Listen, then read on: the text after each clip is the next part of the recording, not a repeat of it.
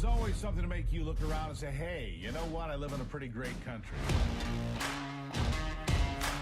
President Trump is calm, on point, on his game. And unlike the last guy, he is competent and coherent. Come on, man. We're not bending the knee anymore. We're here to take a stand for God and country. This is the Steve Gruber Show. It sure is, and welcome to it. Kicking off another brand new day here on the Steve Gruber Show from the foxhole of freedom. It always makes me ask, who is going to be there with you when it matters most? Who's going to be in the fight with you in that foxhole? Lots of work to do here today, of course. The government shutdown, well, guess what? It's over. That's number one on the list. The government shutdown caused by the Democrats that after 6 weeks of failure finally conceded it was going nowhere and only hurting Americans. Thankfully, they came to their senses and it came to an end with a signature last night from Donald Trump. Number two, Democrats quickly pivoting away from the massive failure of the government shutdown to the Epstein files again, obsessing over emails from years ago mentioning Donald Trump. But is it anything important? We'll take a look. And number three, a warning for you today, a warning. Socialism is on our doorstep, and we'll be here full-blown and soon with an ugly America ending vengeance. That is, if Republicans don't wake up, and soon. The Democrats are in a wild civil war right now, as you know, but do not kid yourselves. The Republicans, the Uniparty, will soon be in the political guillotine if they cannot provide economic hope for younger Americans, specifically young women who right now are moving left at a furious pace. The rise of Mamdani should not just be a punchline, but a warning of the gathering storm on the horizon. Make the American dream a reality and not a bumper sticker, or we're going to pay a price, and the price may be the end of America as we know it. And once it's gone, it will never come back. This is the warning. The Declaration of Independence reads, we hold these truths to be self-evident, that all men are created equal, that they are endowed by their Creator with certain unalienable rights, that among these are life, liberty, and the pursuit of happiness. The left, however, has conflated happiness with the guarantee of happiness. The pursuit is now a guarantee, and let me explain why those are two very different things. The government cannot guarantee your happiness, or anything else for that matter, but socialists refuse to accept that. They want to believe that if you can just tax enough billionaires, who wouldn't exist without capitalism, by the way, if you just tax them enough, and if you can fund enough social programs, the government can guarantee your happiness through affordable or maybe even free housing, free education, free healthcare, and a host of other pipe dreams. But what we have seen time and again is the government is the wrong vehicle through which those objectives are pursued. The U.S. government is massive. It's bogged down by red tape and bureaucracy and by the needed checks and balances that exist to curb authoritarianism. It cannot serve the varied individual needs of 344 million people, and Americans don't have any right, they don't have any right to demand the U.S. government provide these things. They have the right to pursue them. That's it, to pursue them. They should be able to pursue housing, education, health care, a good job, and the list goes on, without government intervention, without prosecution, without criminalization. When we try to conflate the right to pursue happiness with the right to happiness itself, we get an inefficient government that gobbles up tax dollars and gives out almost nothing of value. Instead, we get inflation, the hidden tax, as explained by one of the greatest minds and free market economists ever to live, Milton Friedman. Here's your first lesson of the day. Listen. Inflation is the most destructive disease known to modern societies. There is nothing which will destroy a society so thoroughly and so fully as letting inflation run riot. Inflation doesn't arise because you got consumers who are spendthrift. They've always been spendthrift. It doesn't arise because you've got businessmen who are greedy. They've always been greedy.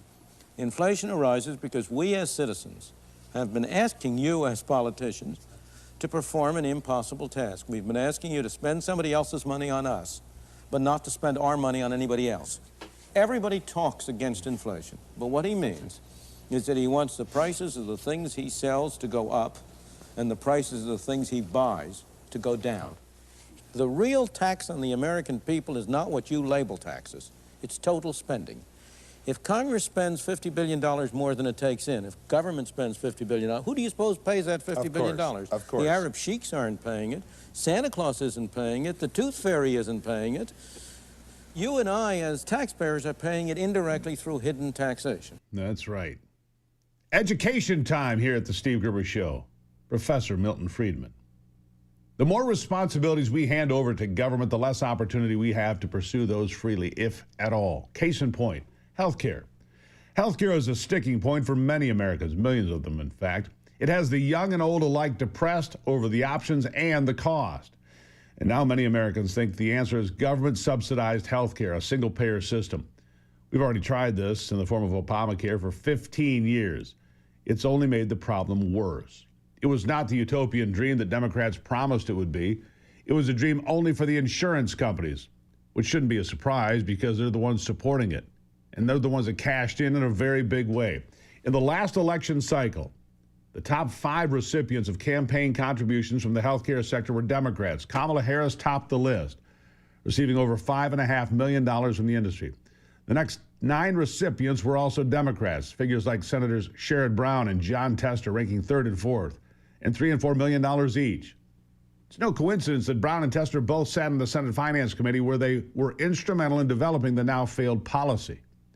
But let's look deeper into the archives because all of this pales in comparison to what the mastermind of the Affordable Care Act, Barack Obama, pulled in from the healthcare sector back in 2008.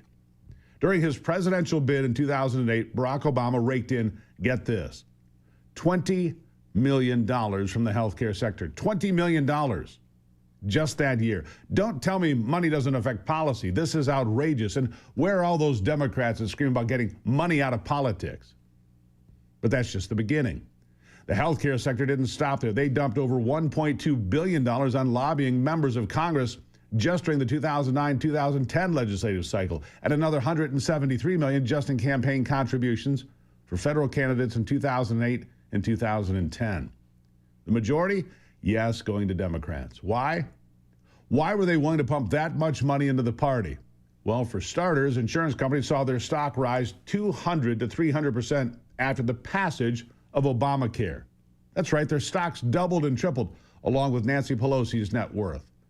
They're still benefiting today. The top insurers in our nation have seen their profits increase by 700% since Obamacare. In 2010, they were pulling in between $8 and $10 billion in profits. Today, that number has ballooned to over $70 billion.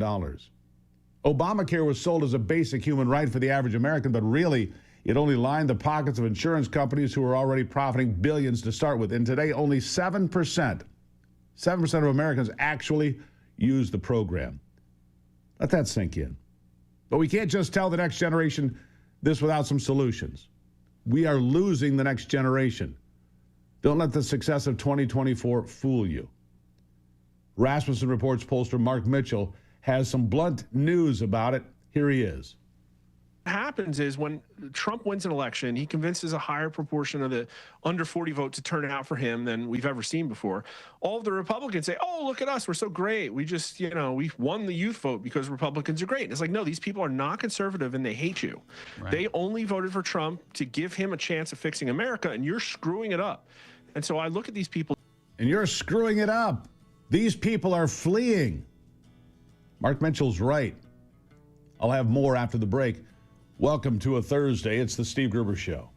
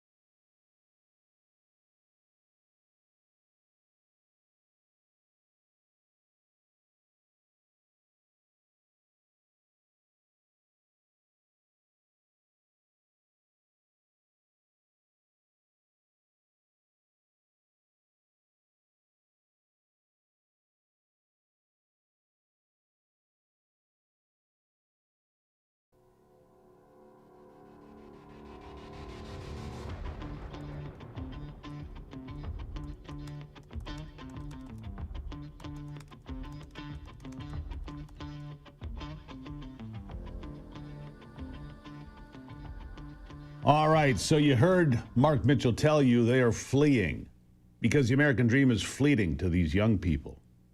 We hear the Republicans talking about young men, but what about young women? 81% of those young women voted for Mamdani in New York City. How do we deliver on Trump's agenda? How do we make America more affordable again? Let's go back to the health care question. I really like the solution being offered by President Trump and supported by people like Senator Roger Marshall, Dr. Roger Marshall, by the way. He has over 25 years of experience in the medical field. The plan is to turn patients into consumers, free up the billions we're spending to insurance companies, and put it back in the pockets of Americans instead. Listen to this. Right, so this is something Rick Scott, Bill Cassidy, and I've been working on for years. What we want to do is stop the $150 billion every year that we're giving to insurance companies. Right. Let's give at least a part of that, these Biden-era Obama subsidies, let's give those to the people.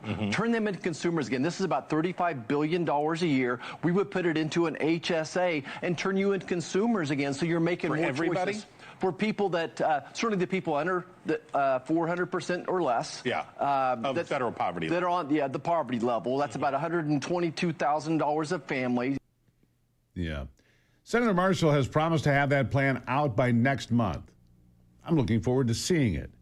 It's something different, something that should have been talked about long ago. And that's not all this administration has done for health care. You've got Trump RX, the U.S. government website launching in 2026, enabling discounted direct-to-consumer drug purchases from manufacturers like Eli Lilly and Novo Nordisk to cut prices by way of most favored nation deals. Trump also put the screws to Big Pharma to put caps on insulin to just $35 a month, which will save millions of Americans millions of dollars. He did the same thing for GLP-1s, making them more accessible to Americans who are trying to get healthy again by allowing them to buy straight from the manufacturers and, again, bypass the insurance providers.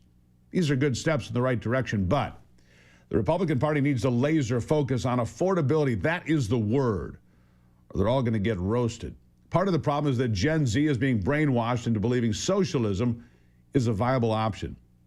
I shared Milton Friedman with you a bit ago on inflation, but the next generation didn't get to hear from Milton Friedman or from Thomas Sowell or any of the other great free market thinkers because our government schools are stacked against us. They don't teach those things.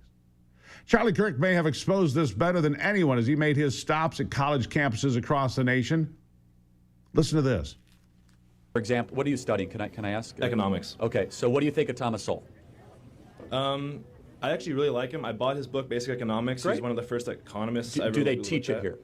Not yet, but also I've only been Okay, for like so now 1 you're proving year. my point. If you're studying economics and they're not teaching Thomas Sowell, you're not getting an education, you're getting an indoctrination. Well, and you're no. being scammed. Okay. Milton Friedman, do they teach Milton Friedman here? No, but I'm aware of him. Okay, Ludwig von Mises. I'm aware of him, but no. Murray Rothbard, hold on. No. F.A. Hayek. No. Frederick Bastiat. No. You're not getting economics education, you're getting an indoctrination. You should know every single, it's not your fault, but what you're paying for or going into debt for is not a real economic education. He's exactly right. You don't know who Milton Friedman is? Really? They call it an economics course or a degree in what exactly? Rescuing public education from the grip of the left is going to be a long uphill battle, but it's not one we'll even be around to fight if the Republican Party doesn't offer a viable conservative alternative for, again, here's the word, affordability to the next generation. Capitalism works. We need to show young voters that it does. I'll leave you with one more gem from Milton Friedman. When he destroyed one of the early far-left TV stars, Phil Donahue, on our economic system compared to everything else. This is today's closing argument. Listen. Did you ever have a moment of doubt about capitalism and whether greed's a good idea to run on? Well, first of all, tell me, is there some society you know that doesn't run on greed? You think Russia doesn't run on greed? You think China doesn't run on greed? What is greed? Of course, none of us are greedy. It's only the other fellow who's greedy. The world runs on individuals pursuing their separate interests. The great achievements of civilization have not come from government bureaus. Einstein didn't construct his theory under order from a bureaucrat. Henry Ford didn't revolutionize the automobile industry that way. In the only cases in which the masses have escaped from the kind of grinding poverty you're talking about, the only cases in recorded history are where they have had capitalism and largely free trade.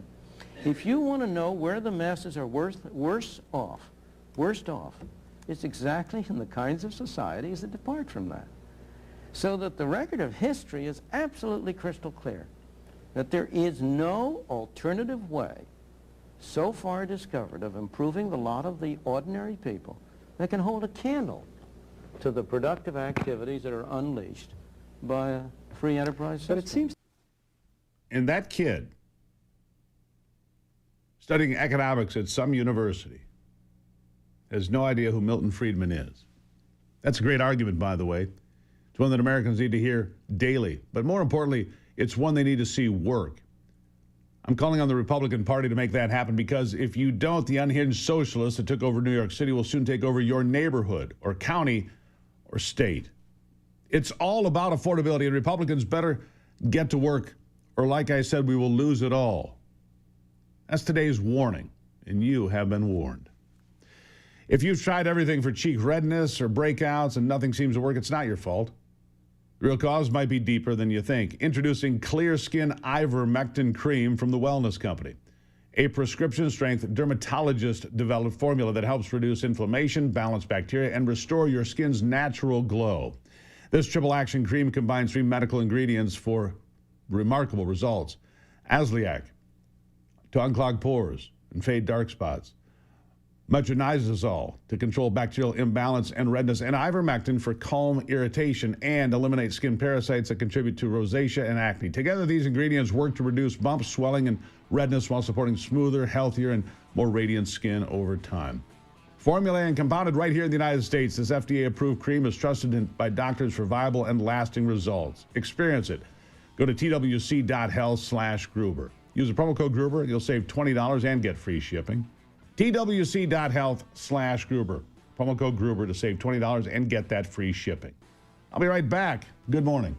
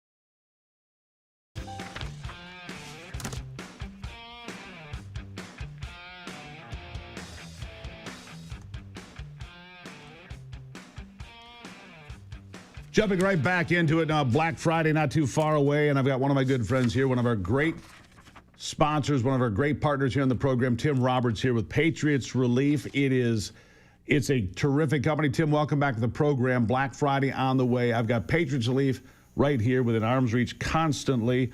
What do you got going on? Good morning, Steve. Thanks for having me. Let's do 45% off. We've got, Veterans Day this week, and just a great opportunity to offer, a great special to all your listeners. Yeah. Sleep, pain, anxiety, these are all things that can be dealt with by great products from Patriots Relief, CBD products. And so you've got some specials today when it comes to tinctures and so forth that you want to tell people about. Let me know. Yeah, we have our tinctures that go all the way up to 5,000 milligrams. We start at 600 milligrams. We have them in full and broad spectrum. The difference is full spectrum has that tiny bit of THC. I always recommend taking that unless you are going to have a drug test, because that THC will show up in that product. But broad spectrum would be your choice there if you had to do testing. But our tinctures, and then we've combined those in our combo packs with our topicals, which is what you just held up there. Our rubs, things that you put on topically if you have a sore shoulder, hip, knee, ankle, toe, any place where you have pain that you can point to and is localized. Put those topicals on there, you'll get a real immediate relief. But the tincture internally underneath the tongue, get that going internally to fuel that endocannabinoid system, that all-important endocannabinoid system that we all have. And it needs this fuel. It's actually supposed to produce its own. And because of environment, genetics, or age, it just may be not doing what it's supposed to be doing. So let's give it the fuel it needs, and let's give it to it at a really great price at 45% off. Black Friday, 45% off special from Patriots Relief right now. It's a great website. Check it out, patriotsrelief.com. Tim Roberts will actually answer your phone call. He's a great partner here. I urge you to take a look at all these great products. I use this, by the way, from the gym this week. I got beat up a little bit. Tim, thank you for being here. I got to run. PatriotsRelief.com, 45% off because of the great audience you are. That's what Tim's offering today, 45% off. PatriotsRelief.com. Please go take a look. Support the people that support this program every day. Tim, thank you. You're welcome. And don't forget the phone number, Steve, and the promo code Gruber. Everybody tells me we forget that.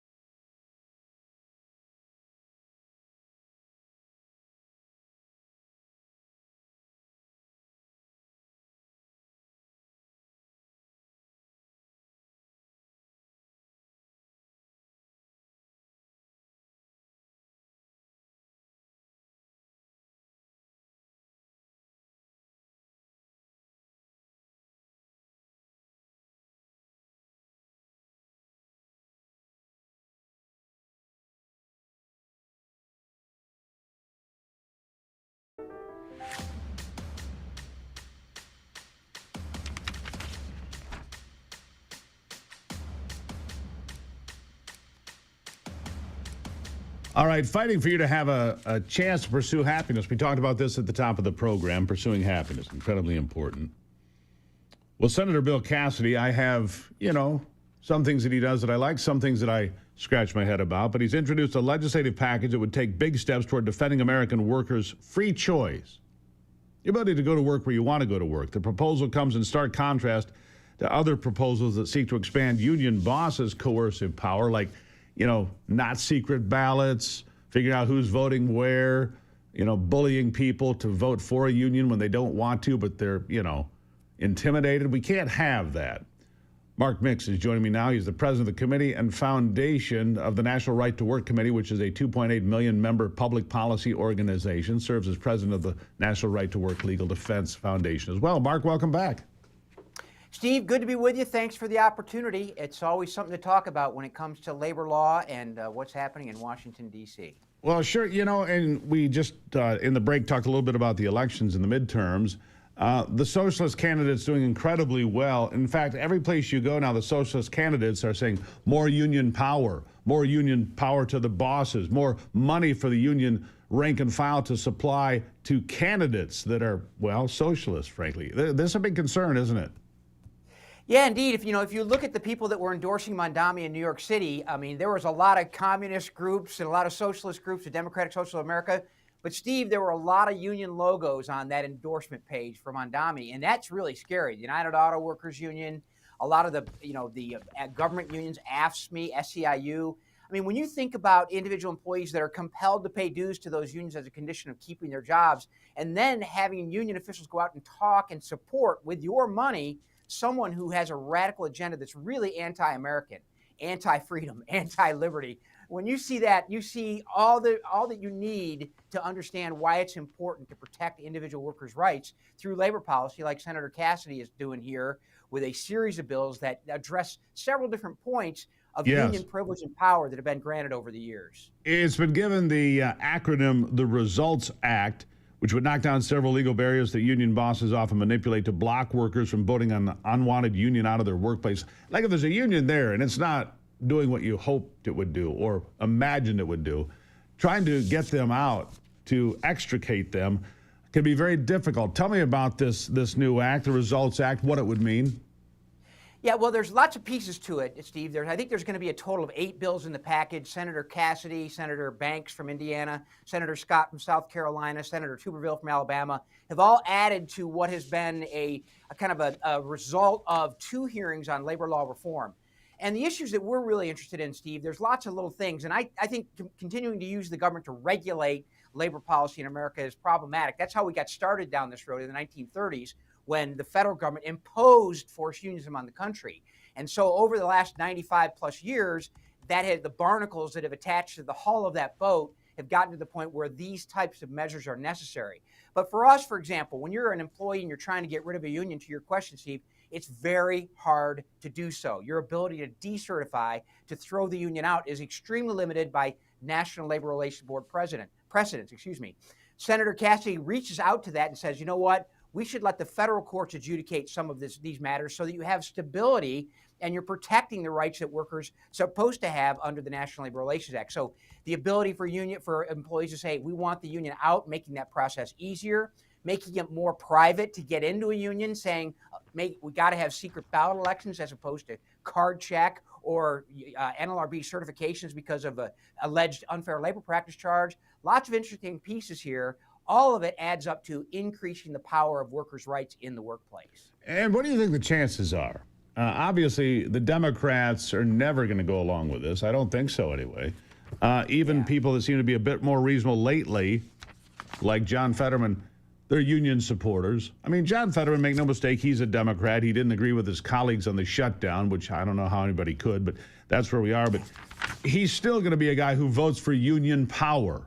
They all are. Bernie Sanders, AOC, all of the big names in the Democrat Party are going to vote for union power. How do you make this acceptable? How do we get this through?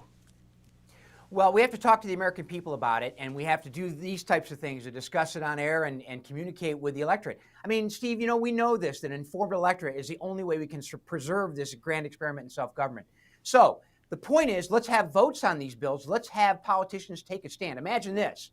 Let's have them take a stand on issues that have popular support, and let's hold them accountable. That's the secret of this method. It's kind of the blocking and tackling of American policymaking and American politics. And so the fact that we're having a debate over this, the fact that we're talking about it, is an important part. I was watching the show a little bit before, and when Charlie Kirk asked an economics major about whether he heard of Bastiat or Rothbard. I mean, it's amazing that people don't understand this. And I don't think a lot of people understand the power and privilege that organized labor has gotten And so talking about these issues, having the Senate address them, and having legislation that we can point to, talk about, and put examples to is a really important part of the process of getting this done.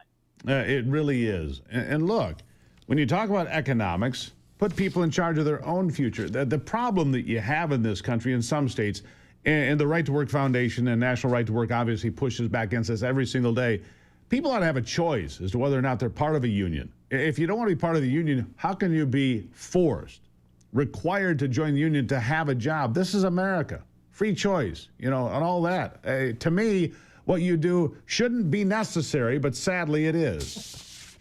Well, I appreciate that, Steve. You're right. We should have never met each other. That's the problem. Fair point. Because, right. I mean, this idea is so simple. It's so simple. I mean, allow workers to choose whether or not they want to be in unions. I mean, at this point, Steve, statistics show that only about 6% of all union members have ever voted on the union that represents them in the workplace.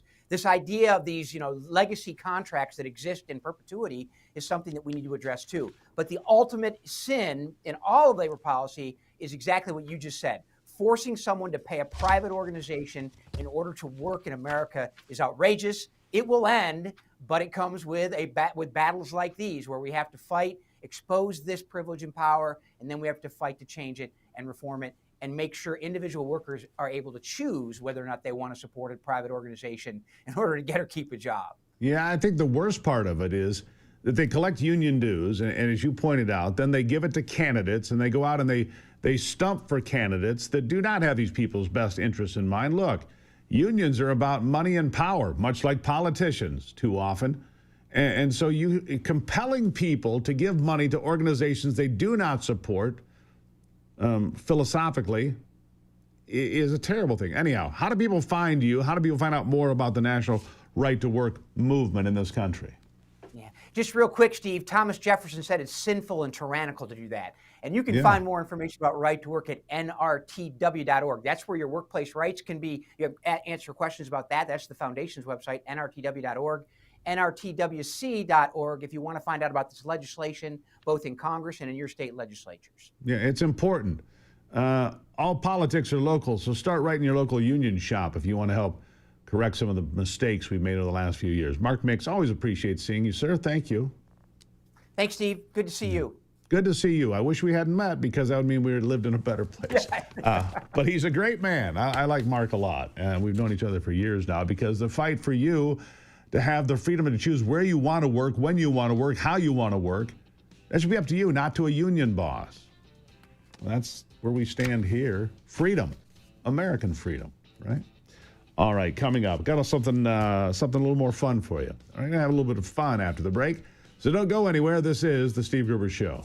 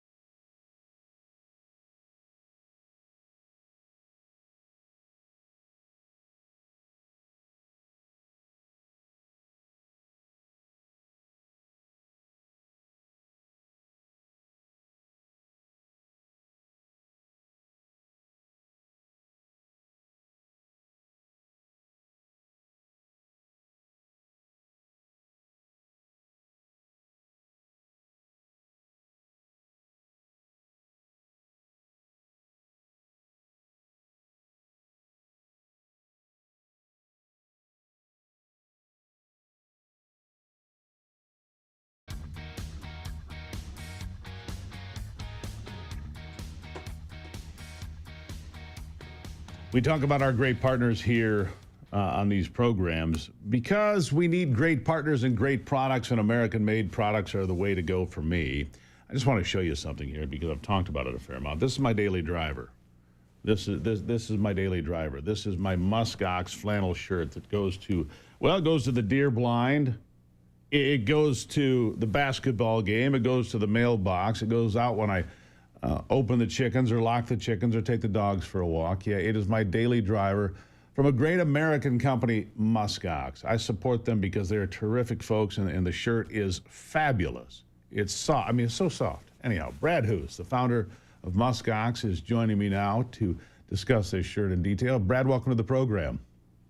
Good morning, Steve. Good to see you, my friend. Yeah, here's my daily driver in case you get. I love this green pattern, by the way. I've got a couple, but this one has become, I don't know, my go-to. It hangs right by the door on a hook, and there you go. Out the door you go. Run the dogs, check the chickens, go to the deer blind, whatever it is. It's 32 degrees and clear skies here at the moment. This is not an option. This is mandatory. Brad, welcome back. Glad to have you. muskox is a great American story, and it's a great shirt. Thank you for being here. Tell us about it. Thank you, Steve. Well, we appreciate it. We appreciate your support. I think that one is called the moss green flannel. And so really, we're focused on quality. We're focused on long-term thinking. In this world of fast fashion at muskox, we built flannels that last. And when you get them in your hands, you immediately see that these were built differently. And that's really how we do things at muskox. If you're not familiar with the animal, the muskox, it's a prehistoric animal that thrives today. The one spot they are in North America is Alaska. And so for every purchase, we donate $5 to the Alaska Wildlife Conservation Center. And so for us, we think it's really important to help continue to support wildlife. And we know you speak loudest when you speak with your pocketbook. So for every flannel, we give back $5 to the AWCC. Yeah, and there it is. I just had to go ahead and put it on. Yeah. Now you're looking good. Wardrobe change right there in the middle of the program. How do you like that? I mean, the shirt, look, these shirts are indestructible to me. Everybody here has them. Everybody I know has them. I get feedback from people that have gone ahead and said, hey, I want to try this shirt out. Gruber says it's good. They check it out. Gear Junkie says it's the best flannel shirt for years running now. I mean, this shirt gets accolades every place you go. I don't normally wear flannel shirts on the show. Maybe I should more. But there's a reason. I think you should, Steve. I might be a little biased, but you might be. But you started a clothing company in Detroit. You've set the standard. You have. This is the gold standard for shirts this time of year. I don't care if you're in Minnesota, Montana, or all the way down to Florida. When it gets chilly, this is the go-to. You do give money back, as you said, to conservation. You can also save $15 today if you use the promo code Gruber. It was an endeavor. It was a hill to climb, but you have made it happen, and I'm so proud of you as an American entrepreneur. Thanks, Steve. I appreciate that. And yeah, we are having our best year yet here at muskox. We're up almost 20% over last year. So we're growing. We're making it one week at a time. It's definitely not easy. It's always a bit of a slog, but most importantly is we've got a great community, and we know that your community has been a great supporter of muskox for 5 years or so. So we want to say thank you. If I can, I'd love to call out two particular styles here. So we have got 12 brand new flannels here for fall, all heavyweight flannels built with extremely high quality, but there's two patterns here. So number one is the teal. So the teal is actually our fastest selling shirt yet. It sold out last year. We restocked it. So I would check out the teal, and if you like it, I would recommend that you move on it because it is likely to sell out here again because it's very popular. And the second one, and Steve, I don't know, you'll have to keep me honest here, but a little birdie told me that the marine plaid, the dark blue with some white and the red, is your favorite. I love that flannel one. that we have. I do love that one a lot. You come out with new patterns every year, but I do really like the red, white, and blue. What's not to like? 250 years of the United States Marines. What's not to like? I mean, here we are just marking Veterans Day, headed for Black Friday. And you are the spirit of America, the American dream. Say, hey, I've got this crazy idea, but I'm going to go for it. And that's why I think it's just so cool. And people say, well, it's the shirt's pricey. Yeah, it is. It is. But I'm going to guarantee you, this shirt right here, my son will wear after I've exited the scene. He will. That's how tough these shirts are. You know, these are going to be heirlooms at the end of the day. Give the folks what's available. Go ahead, and. Well, I think the big and is they are pricey, but because you're a listener, you're watching Steve Gruber now, you can get $15 off. Just go to gomuskox.com/Gruber, or type in the promo code Gruber, and you get $15 off. So what's not to like about that? So we're not a heavily discounted item, because we try to give you our best price possible every day of the year, but we do have $15 off here for the Gruber Nation. So Brad, I that's something I know that. a number of people have taken advantage of, and we're glad that they have. The QR code is right there on your screen as well. Just click on that, check them out. Maybe it's the perfect Christmas gift. Maybe it's the perfect thing to have before Christmas. Again, this is my daily driver. I use it every day. So many patterns to choose from, and yes, I do love the marine, the red, white, and blue. It's a great product, and I have endorsed it for, what did you say, 5 years? Because, look, this shirt's 5 years old, I think. It looks brand new, and I wear it every day. Brad Hoos, the company is Muskox. Support the people, support this program, support American companies like Muskox. I saw somebody say here, hope it's not on a slow boat from China. No, folks, not made in China. There's another big bonus. Brad, last word to you. Yeah, I just want to say thank you. You know, we appreciate you. We appreciate Gruber Nation and all the support that you've given us. If you have questions, other questions that you're looking at, don't hesitate to reach out. We're a small team, but we will absolutely get back to you quickly. I just want to give one hazard though. If you're buying a shirt, be careful, because your spouse or significant other may just borrow your shirt regularly because it's so cozy. Yeah. And I want to be transparent. There is a little bit of a hazard. Your significant other may borrow or commandeer that shirt permanently, like you said. Brad Hoos, thank you very much. You can get your own right now. GoMuskox.com. Save $15 for watching this program. Brad, we'll talk soon. Thank you, sir. Not made in China, my friends. I had somebody here in the chat saying, well, I hope it's not on a boat from China. It's not. I'll be back.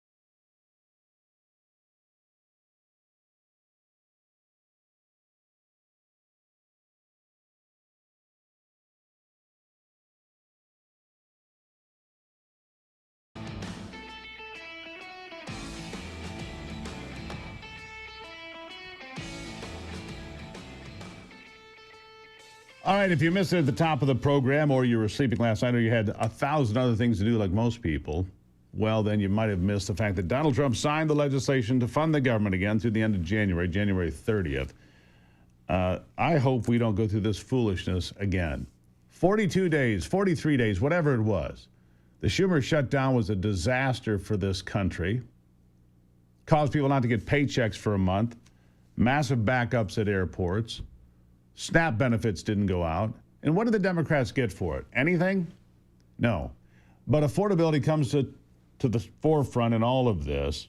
But Donald Trump did sign on Monday the bill. Now, this will take a bit. And we still have a massive shortage of air traffic controllers. That's a big concern. It is a big concern.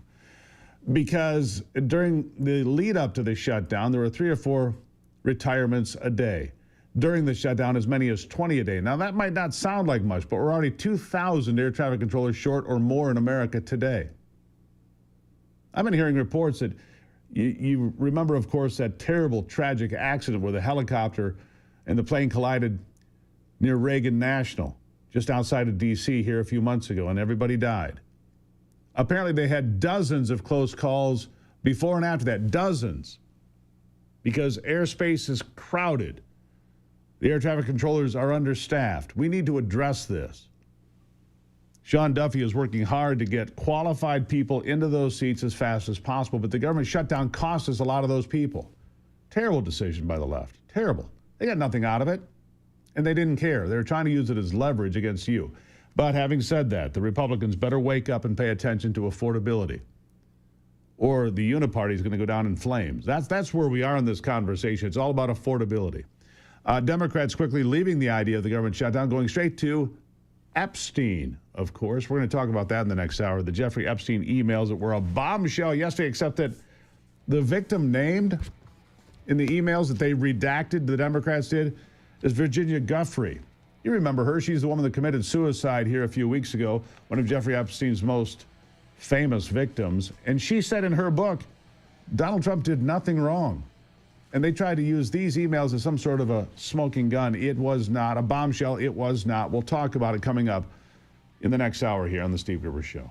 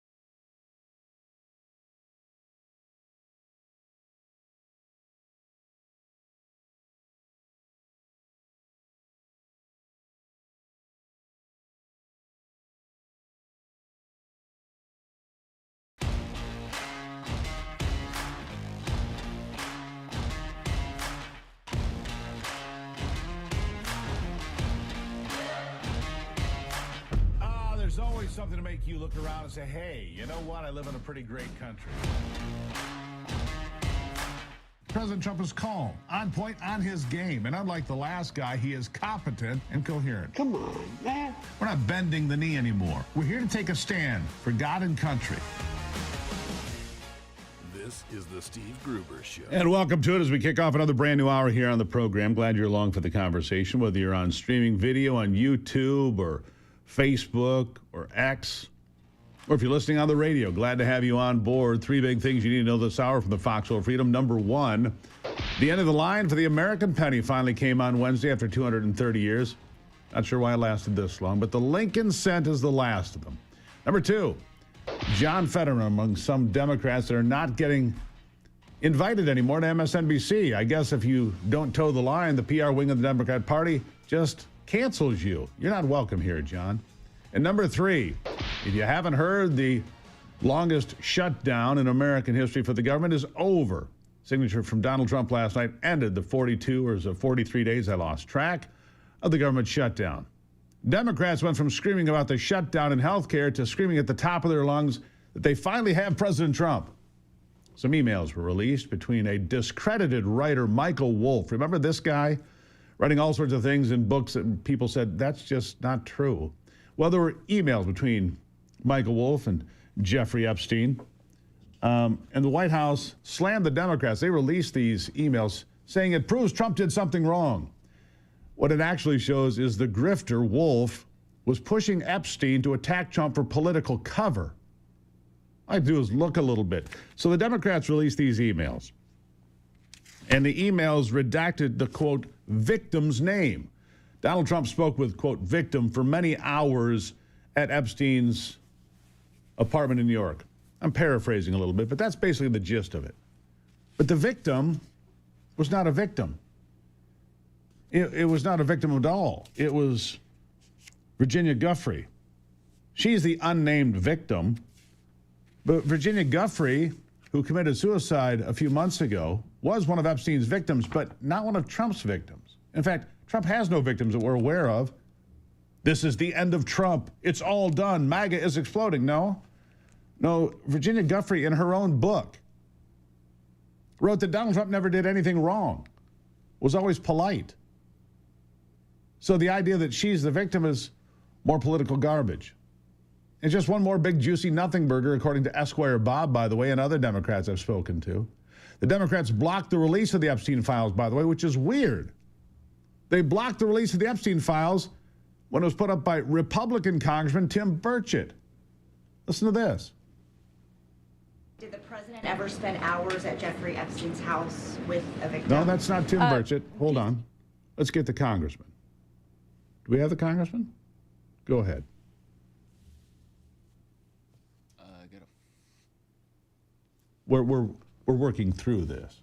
Congressman Tim Burchett was on the steps of the Capitol saying, look, I just tried to get this all released and the Democrats blocked it. All right, and then we'll just go to Caroline. It's fine. And then Caroline Leavitt stepped to the podium yesterday as well, and, she shot it all down. Here it is. Did the president ever spend hours at Jeffrey Epstein's house with a victim? These emails prove absolutely nothing other than the fact that President Trump did nothing wrong. And what President Trump has always said is that he was from Palm Beach, and so was Jeffrey Epstein. Jeffrey Epstein was a member at Mar-a-Lago until President Trump kicked him out because Jeffrey Epstein was a pedophile and he was a creep. And this email you refer to with the name of a victim that was unredacted now and has since been reported on in this room, so I will go ahead and say it, Virginia Giuffre. And it was CBS's own reporting, Ouija, that recently wrote that Miss Giuffre maintained, and God rest her soul, that she maintained that there was nothing inappropriate she ever witnessed, that President Trump was always extremely professional and friendly to her.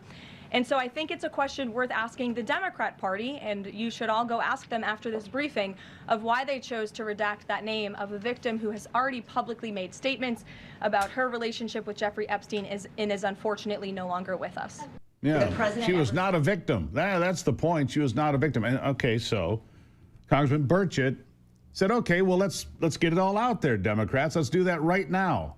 Here's what he said. Hey, everybody, Tim Burchett just left the House floor and I tried to do a UC, unanimous consent, of tried to get the Epstein files, get it straight to the floor, just to cut out all this nonsense. And, and the Democrats blocked it, oddly enough. Now, here they've had it for 4 years, and they, obviously, if there's something there about Trump, they would have released it. And now they're all, let's get it out, let's get it out. Well, I just made a motion to bring it straight to the dadgum floor, and they blocked it.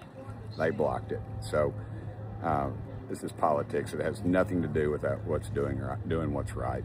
I mean, it's Washington, D.C. to a T. And again, they ought to be ashamed of themselves, but they're probably not. But they're probably not. I can assure you of that, Congressman. Got to know him pretty well over the last few years. One of the most outspoken critics of Donald Trump, one of the most histrionic voices on a daily basis is Jasmine Crockett. She was caught slack-jawed yesterday when trying to explain these Epstein emails. Why would you redact Virginia Giuffre's name? She's not a victim. She said so in her book.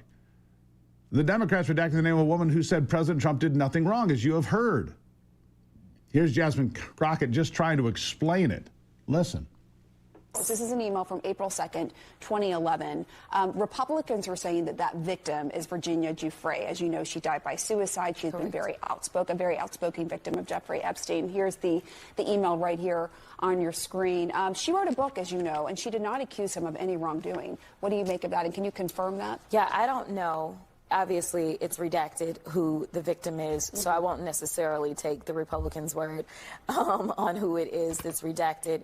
And I don't know why they would necessarily redact someone's name who is deceased at this point. The Democrats did that, though. The Democrats redacted. No. I understand, okay, but I'm just saying, like, our biggest concern is to actually make sure that we are protecting victims. And obviously, she wrote a book.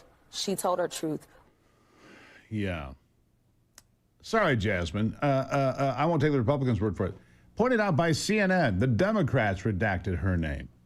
Trying to create anything, any diversion from this 43-day shutdown. And what a disaster it was for the American people, for members of unions that Democrats pretend to care about, for those on SNAP benefits that Democrats pretend to care about. And I say pretend because what else could you take from it? You know, look. They got busted again. Oh, Trump's done. Trump's done. Yeah, how many times have we heard that? All right, stop it. At Longevity Wellness, it's more than a product, it's a promise to create clean, renal-friendly, inflammation-conscious nutrition that supports your whole family. The nutritional shake, we use it in this house every day. It's packed with essential needs for your body, from protein and collagen to omega-3s and colostrum, designed to keep you moving, thinking, and feeling your very best. This is nutrition you can trust, from their family to yours. Visit longevitywellness.co. You're going to find out this product. If you're on a weight loss program of any kind, you don't want to lose bone and muscle, Longevity Wellness. If you're involved in sports, you want to make sure that you're ready to go, Longevity Wellness. If you want to make sure that you're older and you're getting the nutrition you need, it's Longevity Wellness. I'm telling you, friends, it's distributed nationally by Cisco, and now it's available to you directly. longevitywellness.co/Gruber. Take the first step toward living stronger, longer, and healthier. Use the promo code Gruber10, Gruber10 for 10% off right now. longevitywellness.co.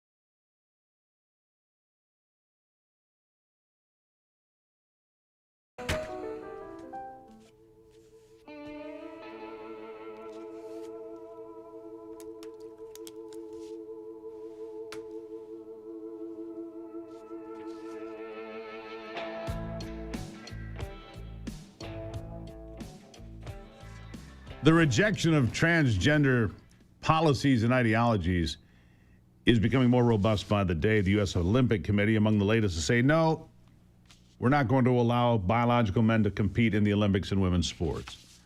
You see this happening at all levels now. Title IX means something. Title IX is important. It was designed to protect women and give them equal opportunities, not give men who are dressing up as women the opportunities to pretend they're women. That was never what it was about, not even close. Erica Sanzi is the Senior Director of Communications at Defending Education. And there's a problem, my friends, in Wisconsin, and they filed a lawsuit as a result. Erica, welcome to the program. Thanks so much for having me. Thank you for being here, and thank you for what Defending Education does. You filed a federal complaint against the University of Wisconsin-Madison for Title IX violations. What are they doing over there? They're basically saying that anybody can walk into any facility that they choose, shower, changing room, restroom, locker room, based on their gender identity or their gender expression or really for any reason at all. And again, as you stated, Title IX explicitly states in 37 words, the law is 37 words long, and it basically just says you cannot discriminate on the basis of sex in an educational institution that receives federal funding. Well, we know that schools and colleges and universities have been violating that for years. And in this case, the University of Wisconsin has a policy called Inclusive Facilities Policy and Procedures for All Buildings. And it states that students, staff, faculty, and visitors have the right to use the restroom, locker room, shower, or changing facility most safe and comfortable for them without being harassed or questioned, regardless of gender expression or sex assigned at birth. So, is there a time frame involved here for somebody identifying one way or the other? I mean, can I identify for 30 seconds and walk in the women's room? Yes. Is there some? I can, really. So if I'm walking down, go ahead.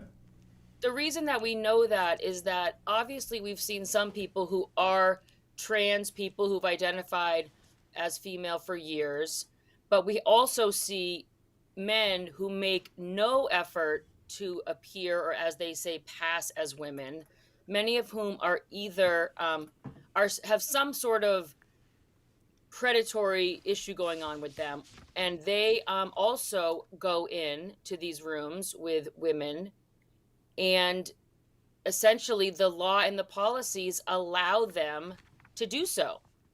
Based on the wording, if you read this, it just says anybody can use any facility that they choose where they feel the most safe and the most comfortable, and no one is allowed not only to harass them, but to question them.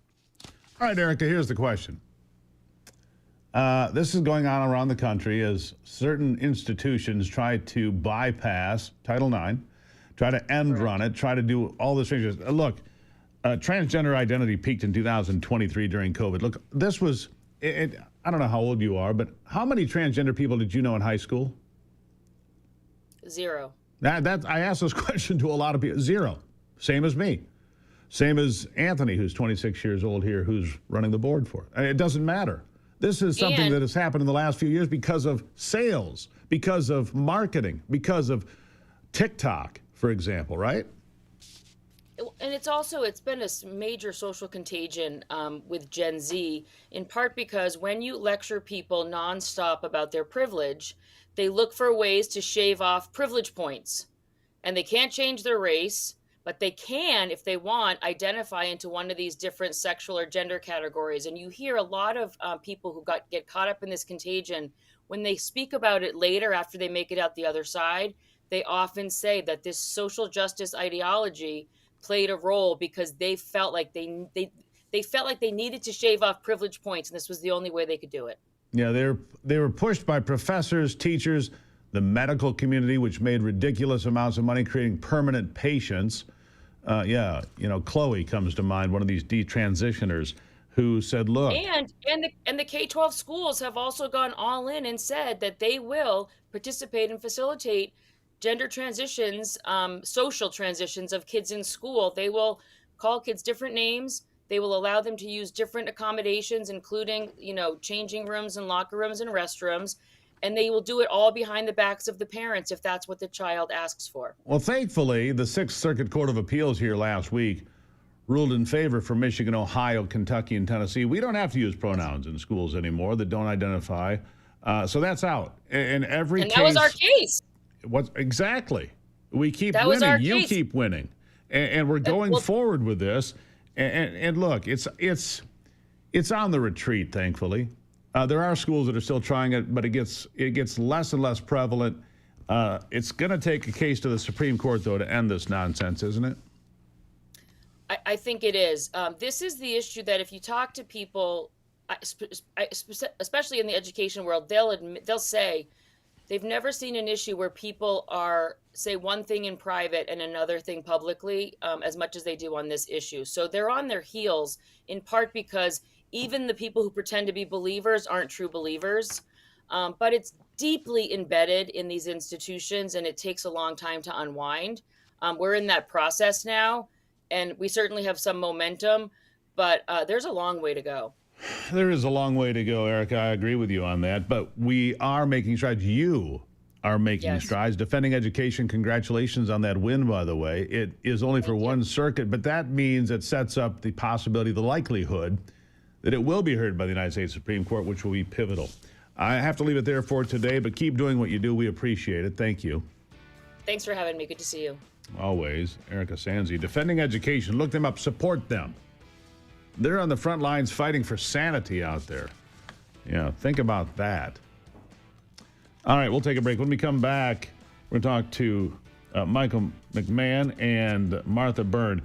The truth behind his pardon, Operation Fox Hunt. What is that all about? You're going to want to hear this story. We've covered it before. We have an update for you coming straight ahead on The Steve Gruber Show.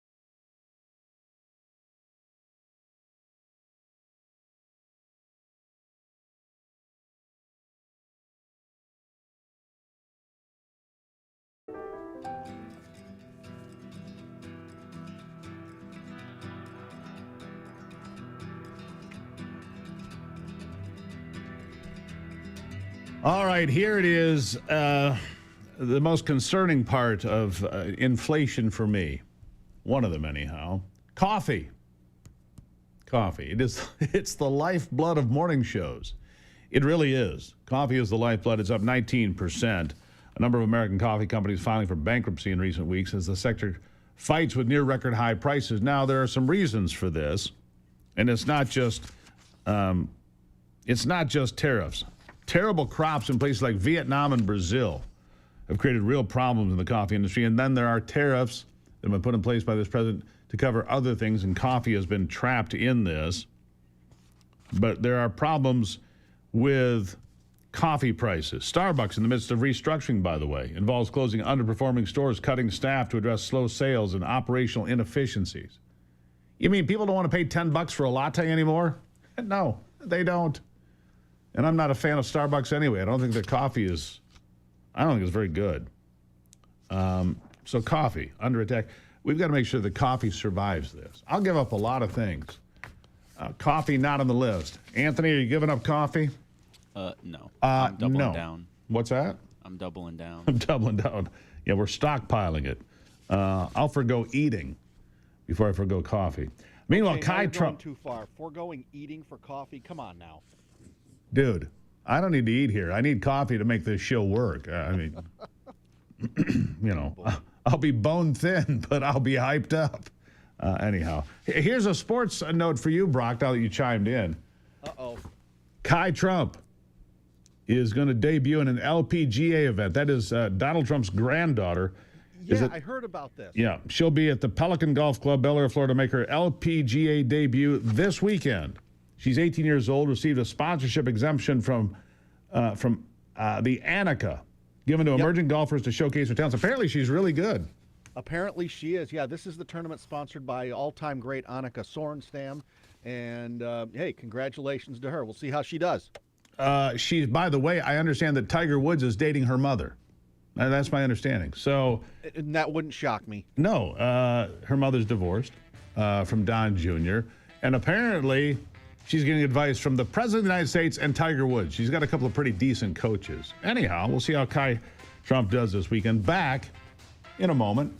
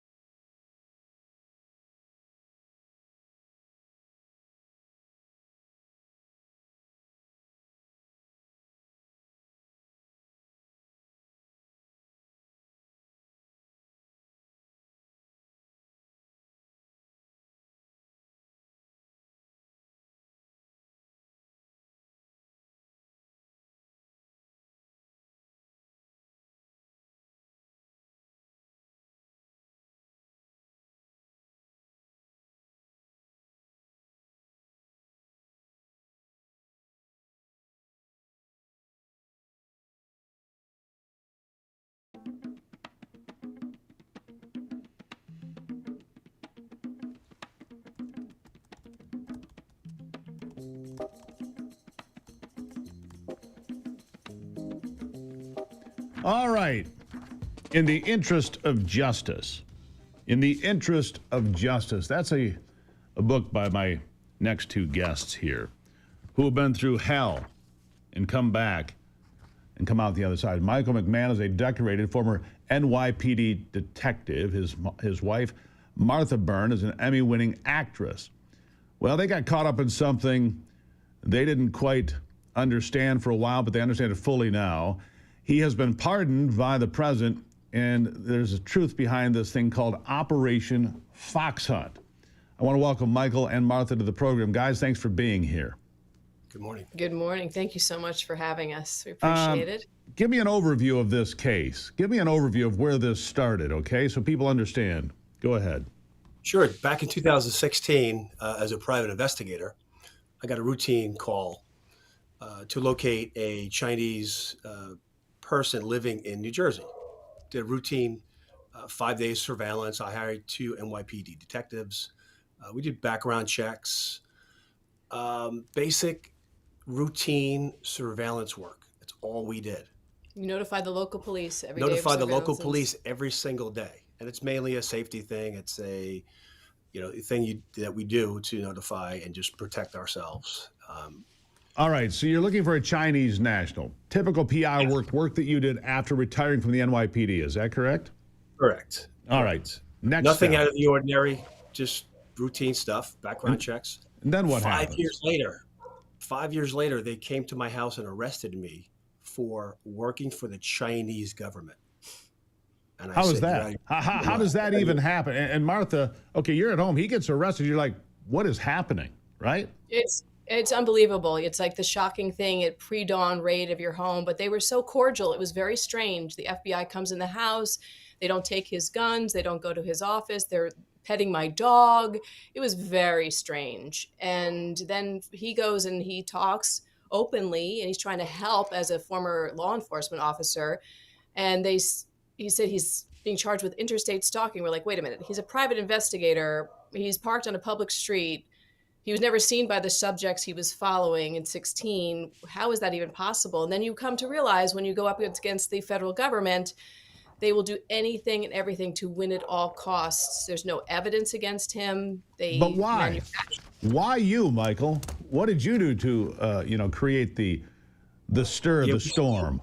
Yeah, we still have no answer to that. We have a couple ideas, but, maybe I was a cop, maybe I was a white guy. Yeah. And they didn't want it to make it look racist with locking up all Chinese people. So that's one of our ideas, but we have no idea for sure. But were you able to locate the person you're looking for? Yeah, we found him. We saw him for about an hour out of 5 days. Right. So it's a 5-day job. Yeah. It's not something you have a big vested interest in. It's a client. You found him. Here it is. Move on. 5 years later, here they are pounding on your door, looking through yourself and arresting you. What are the charges? The charges were FARA, the Foreign Registration Act, failure to register as a foreign agent, which is a simple piece of paper. I think you pay $125 bucks to sign up. The Chinese government wanted this guy. This is contrary to media portrayals. You are not a knowing participant in Operation Fox Hunt. You were used by Chinese agents, apparently, to find this guy. Yes, apparently, I was hired by an American company out of Queens, New York. They had friends in China who they were sending the information to. Our government, the FBI, thinks I was involved from the beginning to locate this guy. Not true. Which is preposterous. So how long in jail? I spent 3.5 months in a federal prison in Washington, D.C. No, in Michigan. Oh, in Michigan. Michigan. He's very fresh off of this nightmare. So that's all right. I still have post-traumatic stress. Oh, big time. My how could you not? Meanwhile, Martha, you don't know what's going on. You're raising the alarm, but you're getting nowhere. Absolutely nowhere. Let me tell you something. The media never covered this story properly. I was the only one. Steve, you were one of the few people who actually told the truth of this case. So I had no choice but to write this book to share with the American public how the federal government was willing to work with the CCP in this case, Steve. They worked with the CCP agents. They protected the subject he was following. We had no idea who he was. Well, it turned out he was a Wuhan official from a CCP Wuhan official in the country illegally. To the date even of the trial, he had no status here. And the government, the FBI and the DOJ protected him at trial, allowed him to lie to the jury, to put my You wonder who he's connected to, don't you? You wonder who his connections are, because something's going on here. Absolutely. We still don't know the whole truth. So, Michael, you sit in a federal prison. Jump in here real quick. If I could jump in here real quick. Go ahead. You just mentioned something pretty important. Who is he connected to? We found out during the trial that the FBI agents were getting thank you notes from them. They were getting thank you notes from CCP officials. Thank you for helping me with my immigration. Thank you for helping me with my asylum. Thank you for helping me with a civil case that was filed against them. Here's our FBI working hand in hand with these CCP officials. That should be a huge story. I know, it was never covered. Never covered. Never. I mean, that never. should be front and center. So not only do you spend time in a federal prison, obviously you were convicted because you required a pardon from the president, right? Yes. Thank God. Thank God. Yeah, I got a call. I was in a halfway house in Newark, New Jersey. I was there for about 3 weeks. I got a call while I was in the halfway house from Congressman Mike Lawler, who's been an angel for us, hero for our family. He called me. He patched Martha into the phone call and said, "Mike, I just spoke to the president. He says he's giving you a full unconditional pardon, 100%." And We're so thrilled. grateful for that, and so grateful for my wife Martha for never stopping. Never stopping. She was bulletproof through all this. I know that. I've talked to her before. She was bulletproof. You know, here's the thing. How frightening is it that the full weight of the FBI or the United States government can come against a private citizen who's done nothing wrong, who's doing a job, and you checked in with the police, you gave them updates as to what you were doing looking for this individual, and you get dragged into this whole mess and ground up. What a remarkably frightening thing for any American citizen, Michael. Yes. This should never happen to another American ever again. Yeah. I did everything by the book. You did. I saved my text messages, my emails. I gave them everything they wanted. And so just out of curiosity, last question real quick. How long would you have been in prison or the halfway house or in the legal justice system mess if not for the pardon? 18 months incarceration plus 2 years supervised probation. And by the way, the judge gave him 18 months because he felt no remorse for the victims in this case, not because he did anything wrong. Right. Nothing. Right. And it would have been a felony conviction, right?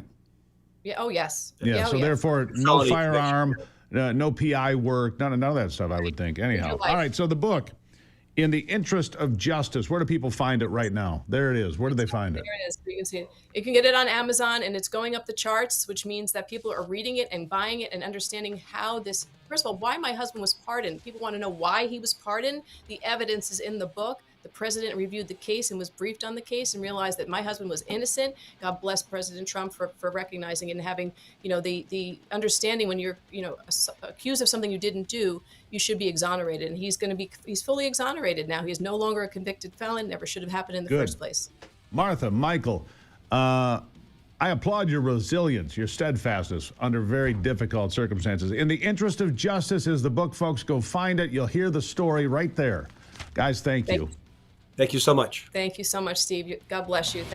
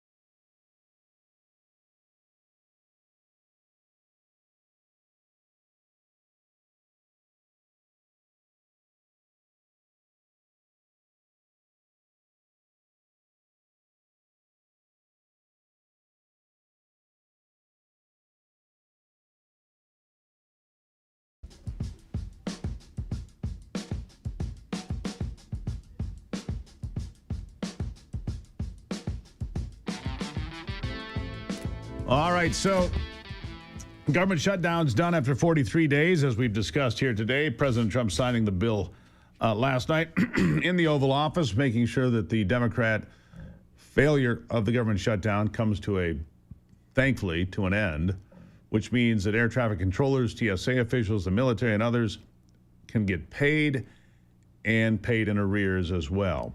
Also, SNAP benefits will start. Now, this can be a process to reopen. It's the longest in American history, so there's a process. It won't be instant, but it will happen, and thankfully it happens before Thanksgiving. So if you're going to fly home to see Grandma, well, good news, you can. Now, Martha and Michael just mentioned the Congressman Mike Lawler of New York. He is a guy who gets fired up, and I like him. Don't always agree with him, but I don't always agree with everybody. So there you go. If you're agreeing with everybody, somebody isn't thinking, I would say that. But Congressman Mike Lawler went full nuclear on the Democrats on the House floor yesterday, and the failure of Obamacare, which is what the Democrats were trying to use as leverage in the government shutdown. Again, it was a failure. But Mike Lawler, it's fairly long, but you need to hear this because he does an excellent job articulating why Obamacare is such a disaster. Here he is. The reason we know this is a Democratic shutdown is because of how angry they are that we're about to reopen the government, period. That's all you need to know. In 2023, Jerry Nadler said shutdown is really an extremist policy designed to appeal to an extremist base and hold the whole country hostage. That is exactly what the Democrats have done over the last 43 days. They have held the American people hostage, trying to extract insane things like free health care for illegal immigrants. If they were serious about tackling the health care affordability crisis in this country, then they would address the fundamental problem with Obamacare. Since Obamacare took effect, health care premiums have risen by 96%, and on the open market by 114%. When I asked Leader Jeffries to sign on to the 1-year extension of the premium tax credit, he refused. He stuttered, he stammered, he couldn't answer a single question. Because this shutdown was never about health care. It was always about appeasing a far-left radical base. Chuck Schumer said, every day gets better for us. Catherine Clark said, of course people will suffer. We want to use this as leverage. It is an embarrassment to this country. You should all be ashamed of yourselves for inflicting this pain on the American people, taking away food stamps from 42 million Americans, defunding WIC, not paying our troops, our federal employees, our air traffic controllers. It's a disgrace, and you should all hang your heads in shame. Vote yes to pass the bill and reopen the government. I like Mike Lawler, I do. Fired up there. Look, I like the idea of health savings accounts for the American people. If you're young, you should love this idea. Because if you don't use the health savings account, it rolls over.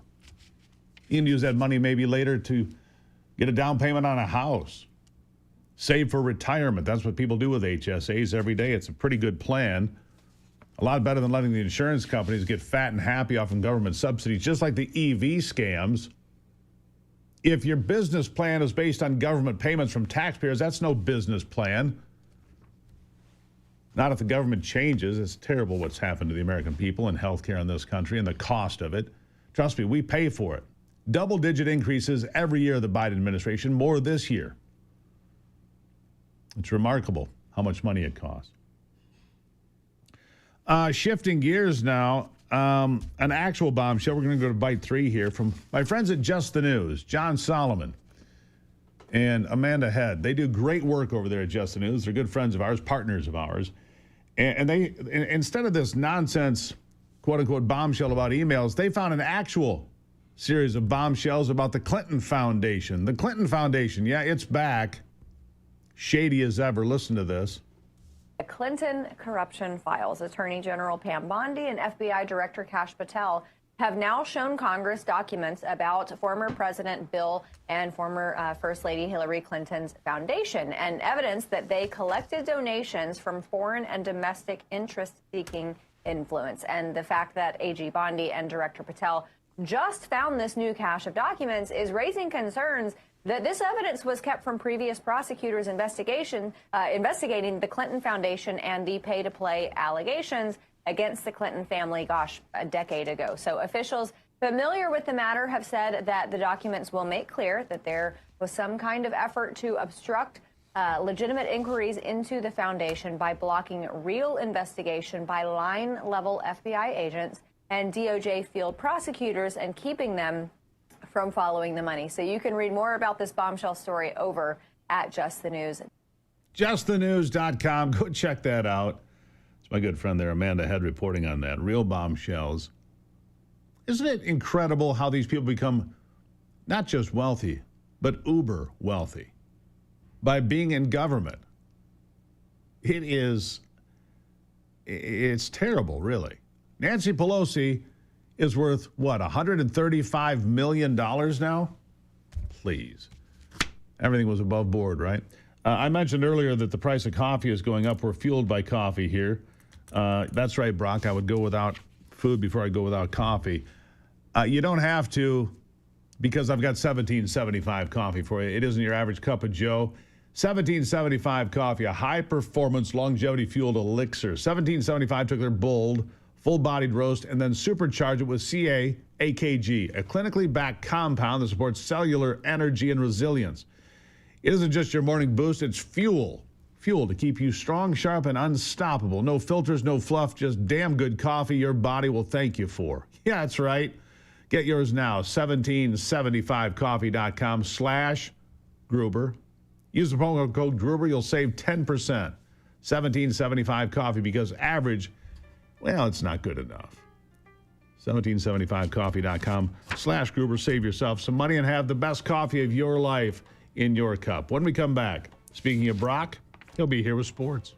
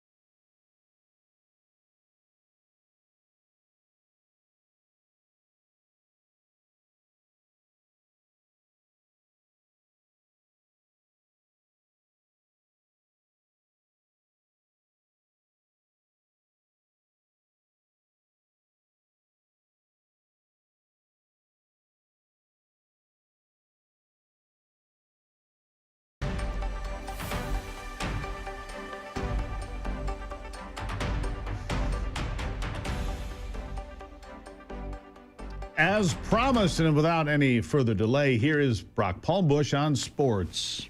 With a look at sports, I'm Brock Palmbush. A busy night in the NBA last night, 12 games on the schedule. Winners included Cleveland, Detroit, Houston, and Oklahoma City. In the NHL, just 4 games. Winners were the New York Rangers, New Jersey, Utah, and Edmonton. 3 games in college football last night, all in the Mid-American Conference. Central Michigan beat Buffalo 38-19. Northern Illinois thrashed Massachusetts 45-3, and Toledo took down Miami of Ohio 24-3. In men's college basketball, just 2 top 25 games. Number 1 Houston thumped Oakland University 78-45, and 20th ranked Tennessee beat North Florida 99-66. In women's college basketball, number 1 Connecticut, number 5 LSU, and number 6 Oklahoma all won. And in baseball, Detroit's Tarek Skubal won the American League Cy Young Award for the 2nd year in a row, and Pittsburgh's Paul Skeens won the NL Cy Young Award. That's a look at sports. Back to you, Steve. All right, Brock. Will Skubal be in a Detroit uniform next year or not? I'm going to say no. I think he's going to get traded. Jeez. You finally get somebody great. It happens, Verlander, not that long of Skubal. You get somebody who can really throw, and then we what? Why would we do that? Because he's going to cost too much money. He and his agent basically want more than, or going to try to force the Tigers to pay him more than what they want to pay him. Well, what do they want to pay him? Not as much as what Skubal and his agent Scott Boras want, reportedly. They're reportedly more than $200 million apart. Oof. Apart? Not a $200 million contract, $200 million apart. No. The cap. No. It's just, it's too bad, but, and there's really only going to be about 3 to 5 teams that can really afford Tarek Skubal's salary demands. God, it'll be the Yankees again. Or Dodgers, or Red Sox, maybe 1 or 2 other teams. That's about it. It's interesting. I'm currently more than $200 million apart with the people that I want to work for, so I can identify with that because I'm clearly more than $200 million apart. That's a lottery jackpot. It is. By the way, Steve, you talked earlier about coffee more important than food. Well, when you're talking about 1775 coffee, I totally understand where you're coming from. See, Brock is a believer. 1775coffee.com. You can be a believer too. Promo code Gruber will save you some money. The Islamization of Dearborn. We'll talk about it next. Plus, we have a congresswoman from Florida.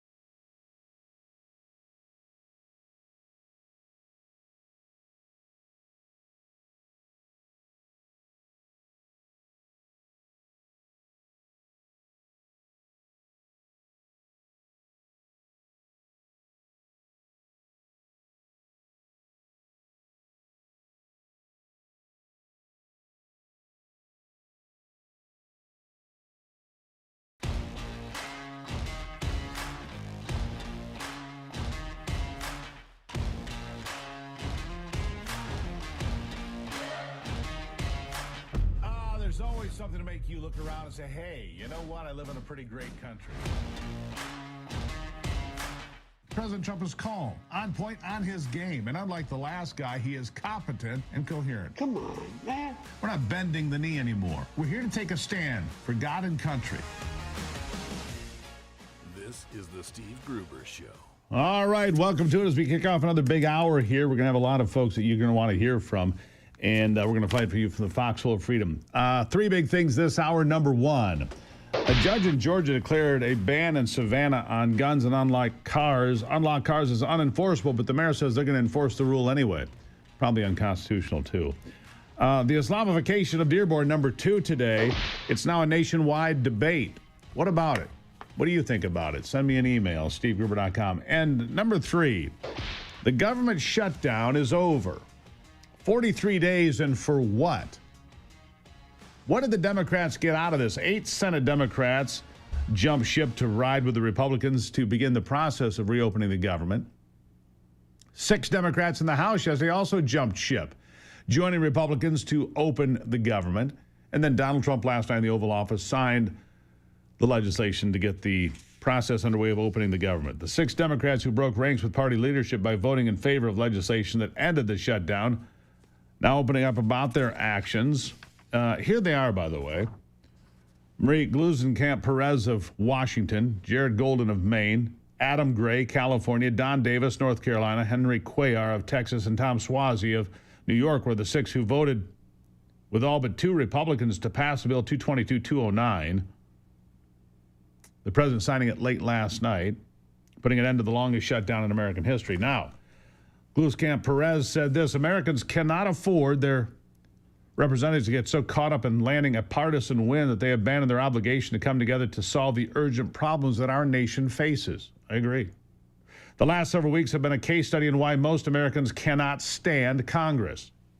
None of my friends who rely on SNAP would want to trade their dinner for an ambiguous D.C. Beltway messaging victory, and I'm glad this ugly scene is in the rearview mirror. She talks like a Republican. She's going to get primaried. I guarantee it. All of these folks, whether in the Senate or the House, that are Democrats, that voted to end the government shutdown, are going to get primaried by far-left candidates. And some of those candidates will win. They'll defeat some of these people next year. You watch. It's going to happen. The bill keeps funding the government, by the way, at the same levels during fiscal year 2025 to January 30th to provide additional time to put together a better plan for fiscal 2026. The measure also funds the Supplemental Nutrition Assistance Program, SNAP, 42 million Americans rely on. The program provides non- or low-income individuals or families the ability to purchase groceries on a debit-type card. Golden said this from the state of Maine. By the way, he is a guy who, I think he's not running again. I just voted to reopen the government, pay federal workers, and get food assistance and other critical programs up and running again, he said. And then added, now with the shutdown ended, Congress should take immediate action to extend expiring Affordable Care Act premium tax credits that keep health insurance plans affordable for millions of Americans. We still have a window to pass bipartisan legislation to extend these credits. These credits cannot go on indefinitely, but that's exactly how these programs get used by politicians. Oh, hey, don't vote for the other guy. He's going to take your benefit. Don't vote for the other guy. Make the billionaires pay their fair share, right? But more and more government dependence doesn't solve big problems, doesn't help the economy, doesn't move America forward. Solving the problem that you have almost 15% of Americans on the SNAP program to begin with, that should be the big concern. That should be front and center for us. How do we make America better so we don't need all of these safety nets, if you will? Gray said in his own statement that no parent should have to choose between feeding their children and keeping the lights on because someone in Washington thinks chaos is a negotiating tactic. Wow, that's a slam on his own party. That's why I voted for a bipartisan agreement that takes food assistance off the table for an entire year. So when the next shutdown happens, and in this divided Washington, there is always a next shutdown, the president cannot use hungry kids as bargaining chips. This agreement also protects veterans, small business owners, and federal workers from being turned into political weapons. You know, if you go back and look, We didn't have government shutdowns when I was a kid. Didn't happen. Didn't happen. First one I can find is 1980 when Jimmy Carter was in office. Political tactic then. And it's been a political tactic ever more often ever since. It's a terrible idea. Shutting down the government to hold people hostage to demand results. No, do your job. Do what you were elected to do. Find common ground. Find a way forward. Find things that make sense. And to be honest with you, Affordable Care Act does not make sense anymore. It only serves 7% of Americans, costs billions of dollars, enriches the insurance companies to levels never seen before. As we talked about at the top of the show, insurance industry profits have gone up 700% since 2010. 700%. 7 times over since the Affordable Care Act was put into place. And politicians cash in a big way. 9 of the 10 top recipients of insurance industry money are Democrats. Why do they keep extending the ACA credits? Because it lines their pockets. It doesn't help you. It lines the pockets of politicians and insurance companies who then put tons of money into their campaigns. Sick of it. Look out for the American people. For people that need a safety net, they need it. The insurance companies don't need a safety net, okay? They were already hugely profitable in 2010. Now their profits are just unimaginable. Swazi noted in his statement that the airport situation is becoming untenable and government workers have gone without pay for too long. He's right. If my colleagues on the other side of the aisle are willing to work together to address this health insurance affordability crisis by extending the premium tax credits, then we will have accomplished something meaningful. If we are not successful, it will deal yet another blow to the already eroding trust in Washington and will be clear who failed to deliver. The Democrats failed to deliver. And Davis, on an X account, said, to support my constituents, alleviate the suffering of our families as the holidays approach and bring vital resources to eastern North Carolina. They'll all get primaried, each and every one. Trust me when I tell you that. Each and every one will get primaried.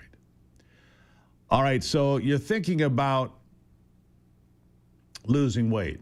I appreciate that. A lot of people do this time of the year, but I want to tell you about My Pure Health Solutions, a completely natural system that helps you find out why your metabolism isn't working and how you can turn it back on using real science and technology, not shots or stimulants. You'll eat real food, no exercise required, and finally see how the weight loss industry has had it backwards all along, because lasting change starts by fixing what's happening on the inside and then learning exactly how to operate the machinery, that being your body. And right now, it's their Black Friday sale, biggest of the year. Mention you're part of the Steve Gruber Show, and you'll get an extra listener-only discount.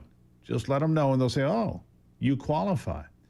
You don't have to start the program now, by the way. Just book your consultation, lock in your discount, and decide when you're ready to start. Before Thanksgiving, after Thanksgiving, in 40 days, men lose 40 pounds, women lose 25. What do you have to do to qualify? Pretty simple. Go to GruberHealth.com. GruberHealth.com, or call 269-964-4044. Anywhere in America. Anywhere in America, GruberHealth.com. It's a program I used in 2018. Trust me, folks, it works. GruberHealth.com.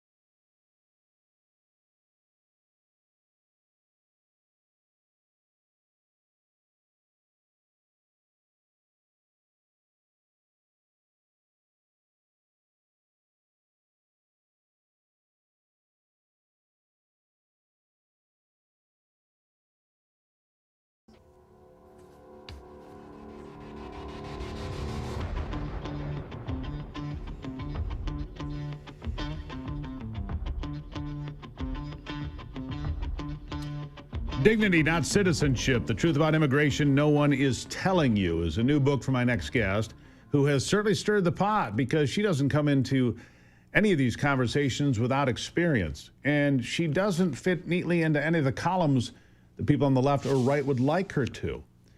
Congresswoman Maria Elvira Salazar is a congresswoman representing Florida 27 and the author of Dignity, Not Citizenship. She joins me now. Congresswoman, thank you for being here. Yeah, thank you. And that's exactly what you said. Is exactly right. I'm like, nowhere to be found in the whole spectrum. Yes. Yeah, you don't fit neatly into anybody's column, Congresswoman, that's for sure. You say after 4 decades of political gridlock and 4 years of President Biden's reckless open borders policy, Americans are demanding real solutions. But you say that doesn't include ICE raids and mass deportations. You also say neither will blanket amnesty. So let's have the conversation. Where do you come down in this book? What are your thoughts for a plan forward when it comes to all these people that are in the country illegally, some of whom are contributing, some are not? Yeah, and thank you for the opportunity. Now that the border is sealed, we need to have a political and a national conversation as to what are we going to do with those people who have been here for more than 5 years. They did not come in during the Biden caravans. Those people who have been contributing for decades do not have a criminal record. And they have been helping construction, hospitality, agricultural, dairy, slaughterhouses, greenhouses, hotels. What are we going to do with them? We do not have enough manpower in ISIS to kick them out. We're talking about more than 10 million people. We understand that they are illegals, that they broke the law, but let's have common sense. Let's make them levy their salary. Let's give them the opportunity to come out of the shadows, national security, that we will know who is here and who's not, and then give them the dignity status, which is not citizenship. American citizenship is not in this legislation. No citizenship. I think that's key for a lot of people, Congresswoman. No citizenship. Legal status. You can be here legally. You cannot vote. You cannot be a legal American citizen now or ever. That's what you're saying. Ever. Hispanics who are illegals do not care about voting. That is what the Dems are pushing them to do. Do you really think that someone who came from Honduras and just crossed the border and is picking up the jalapeno peppers in Southern California or the peaches in the Midwest, do you really think that he cares about voting in the American system? That he doesn't even understand? He doesn't even speak English? Well, we need him on the fields. But that is what the Dems have presented to us for years. For 40 years, the Democratic Party has been playing political football with the Hispanics. Trump was the guy who brought them into the GOP. And I want to keep them in the GOP, those who have the voting card, because Hispanics are the largest and fastest minority in the country. We need those votes so we can fend off socialism and Marxism that is penetrating the Democratic Party. One of the criticisms would be of this plan from some, and I've heard it and you have as well, that it would push down wages. It would push Americans who could have jobs out of a job because these folks from Honduras or wherever they might be from will take a lower wage. What do you say to that? Yes, that's exactly right. That's why we're making in this legislation E-Verify mandatory. So no business owner in construction, hospitality, or agricultural could be hiring anybody for half of what they need to be paying an American worker. And that American worker also has the opportunity, if he does not want to work in that industry any longer, he has the opportunity to get retrained or learn how to do something different, because I'm creating 2 pots of money. One, $50 billion from the levies that the illegals need to pay when they are, which is 1% of their salary for 7 years. That would create a pot of money of $50 billion. And then the $7,000 in fines that they have to pay will create another pot of $70 billion. All right, where is the line going to be? Let me ask you this. I don't have a lot of time, and I want to make sure I get that. Where is the line going to be drawn for anybody who has committed a crime? Is it going to be a misdemeanor and you're out? Is it a felony and you're out? What is the line in your thinking? That is a very good question. And I would say, and I don't want to be, because I know that there are very specific sections in the legislation, but this has to be a very minor and very mild misdemeanor. We're not talking about murders or felony or aggravated assault. None of that If you had a DUI or if you beat your wife, chances are that you're out. No criminal record. I'm glad you'd mentioned DUI because if you have a DUI, you're not allowed in the nation of Canada, period. Not even as a visitor. It's been that way my entire life. I know I'm here in Michigan. People that I know that have DUIs, they can't go to Canada. You can't. Good. Let me ask you this. The vetting process, these millions came in through the open borders of Joe Biden and his team. It was their policy to leave the borders open and claim, oh, we can't do anything about it. Of course you can do something about it. Look at the border today. What about the vetting process for the people here? Is there something here to make sure we have the right people in the country? 5 years or more. You need to prove that you have been in the United States for more than 5 years. I'm not talking about anyone who came in under the Biden administration. That's Tren Duragua and MS-13. Those people cannot fall into the dignity program. I'm talking about the historicals, the ones who've been here for 5, for 7, 10, 15, 12, 25. You do have people who have been in the country for 25 years legally. No criminal record, and they have been contributing to the economy. Those are the people we're talking about because those are the people that the economy needs. Look, this is an economic bill. Immigration has been the most toxic topic in the country for the last 40 years. Yep. All right? No one has been able to tackle it.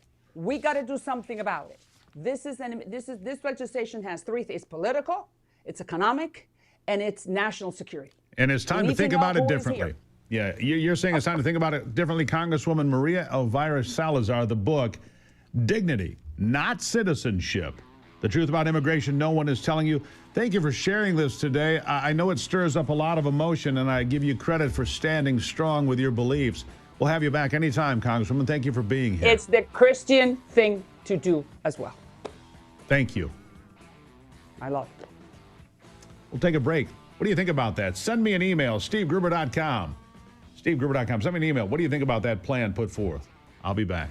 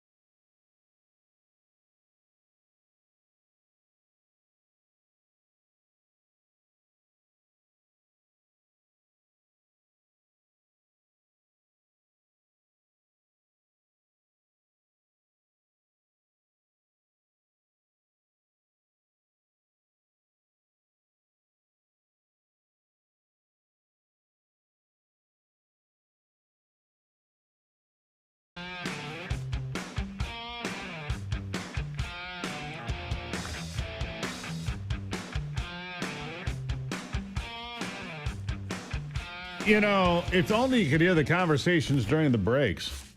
I'm telling you, you'd be a lot more interested in the program. What's that, Brock? If only. If only. Well, sometimes the mics are hot, so be careful.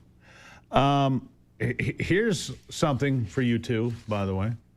Sex spies from China and Russia hit U.S. to seduce and steal secrets with honeypot tactics. So says a former operative warning America. China and Russia using honeypot tactics. It reminds me of Swalwell, the congressman from California, dating Fang Fang. Yeah, he got caught in the honeypot, didn't he?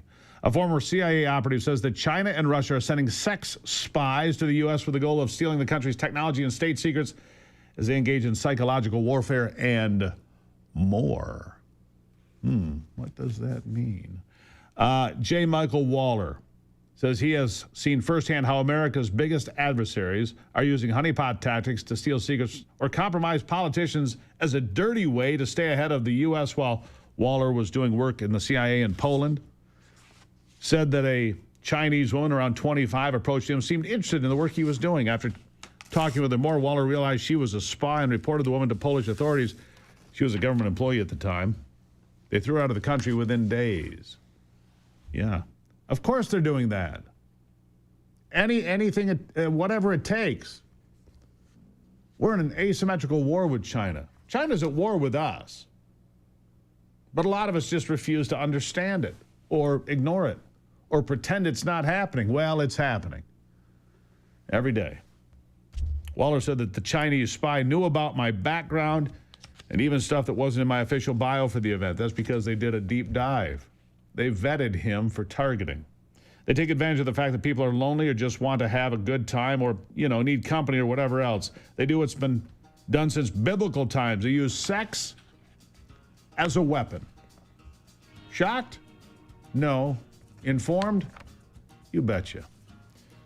Still coming. We're going to talk about what the shutdown debate gets wrong about Medicaid and single-payer health care.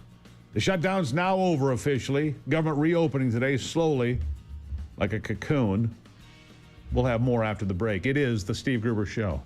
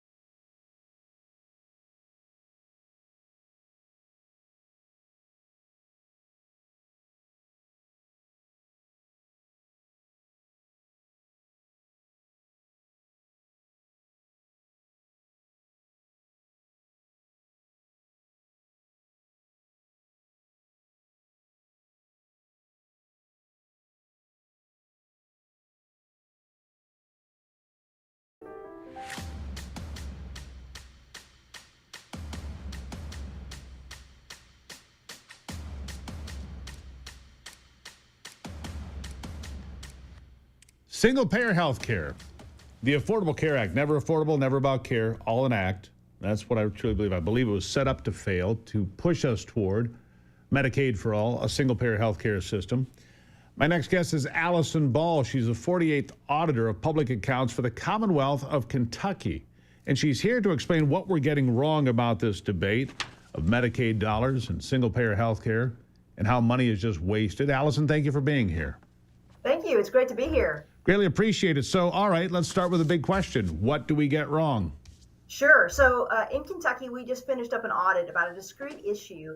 And this was about seeing how many Kentuckians had moved away to other states, but we were still paying their Medicaid bills. So we found $836 million of waste.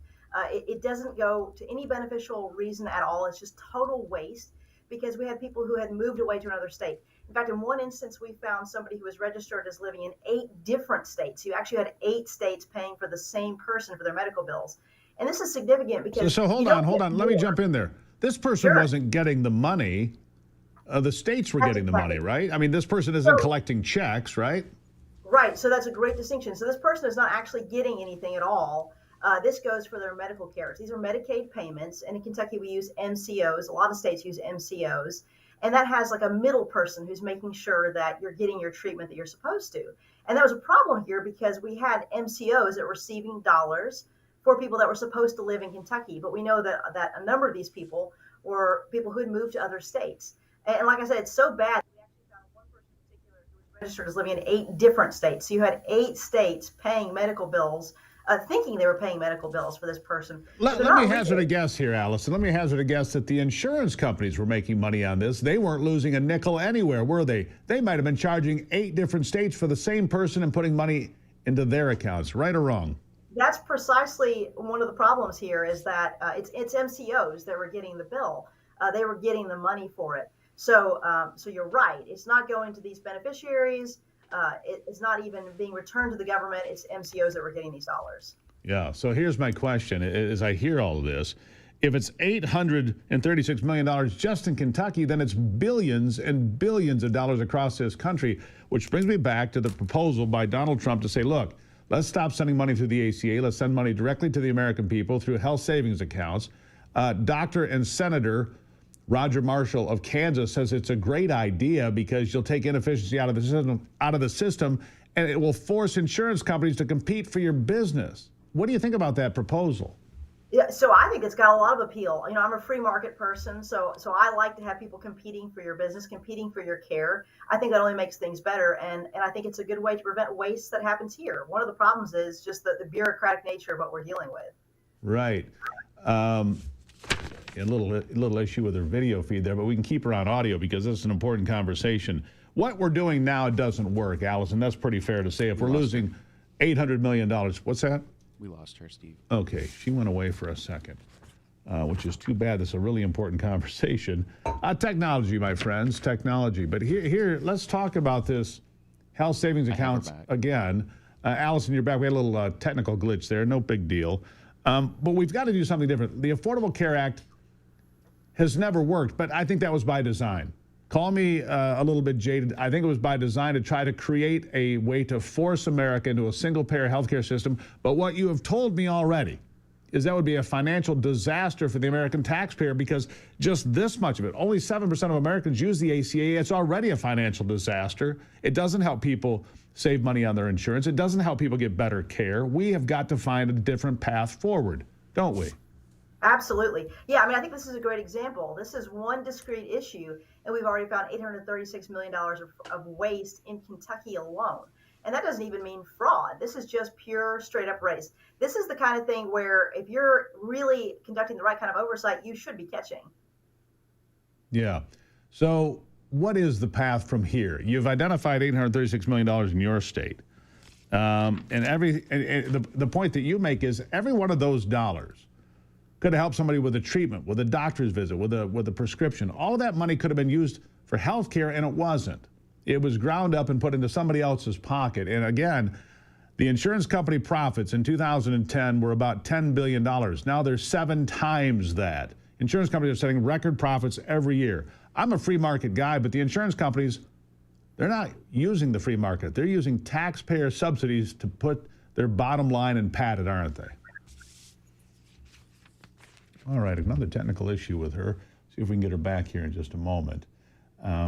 Look, the insurance company profits up 700% since 2010. That's what Obamacare did. It made the insurance companies remarkably profitable.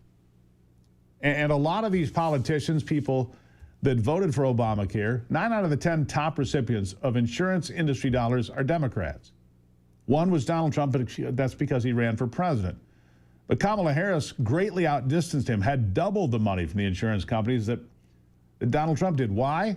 They expected that she could win, and she would extend the Obamacare subsidies on infinitum, meaning the insurance companies would continue to profit and raise their stakes even higher. That's what's happened here, folks. Obamacare didn't work. It's not a good policy. It doesn't help people. It helps the insurance companies. It helps people in the middle. It helps those account managers in the middle. It doesn't help you and I. It doesn't make health insurance and health care any better.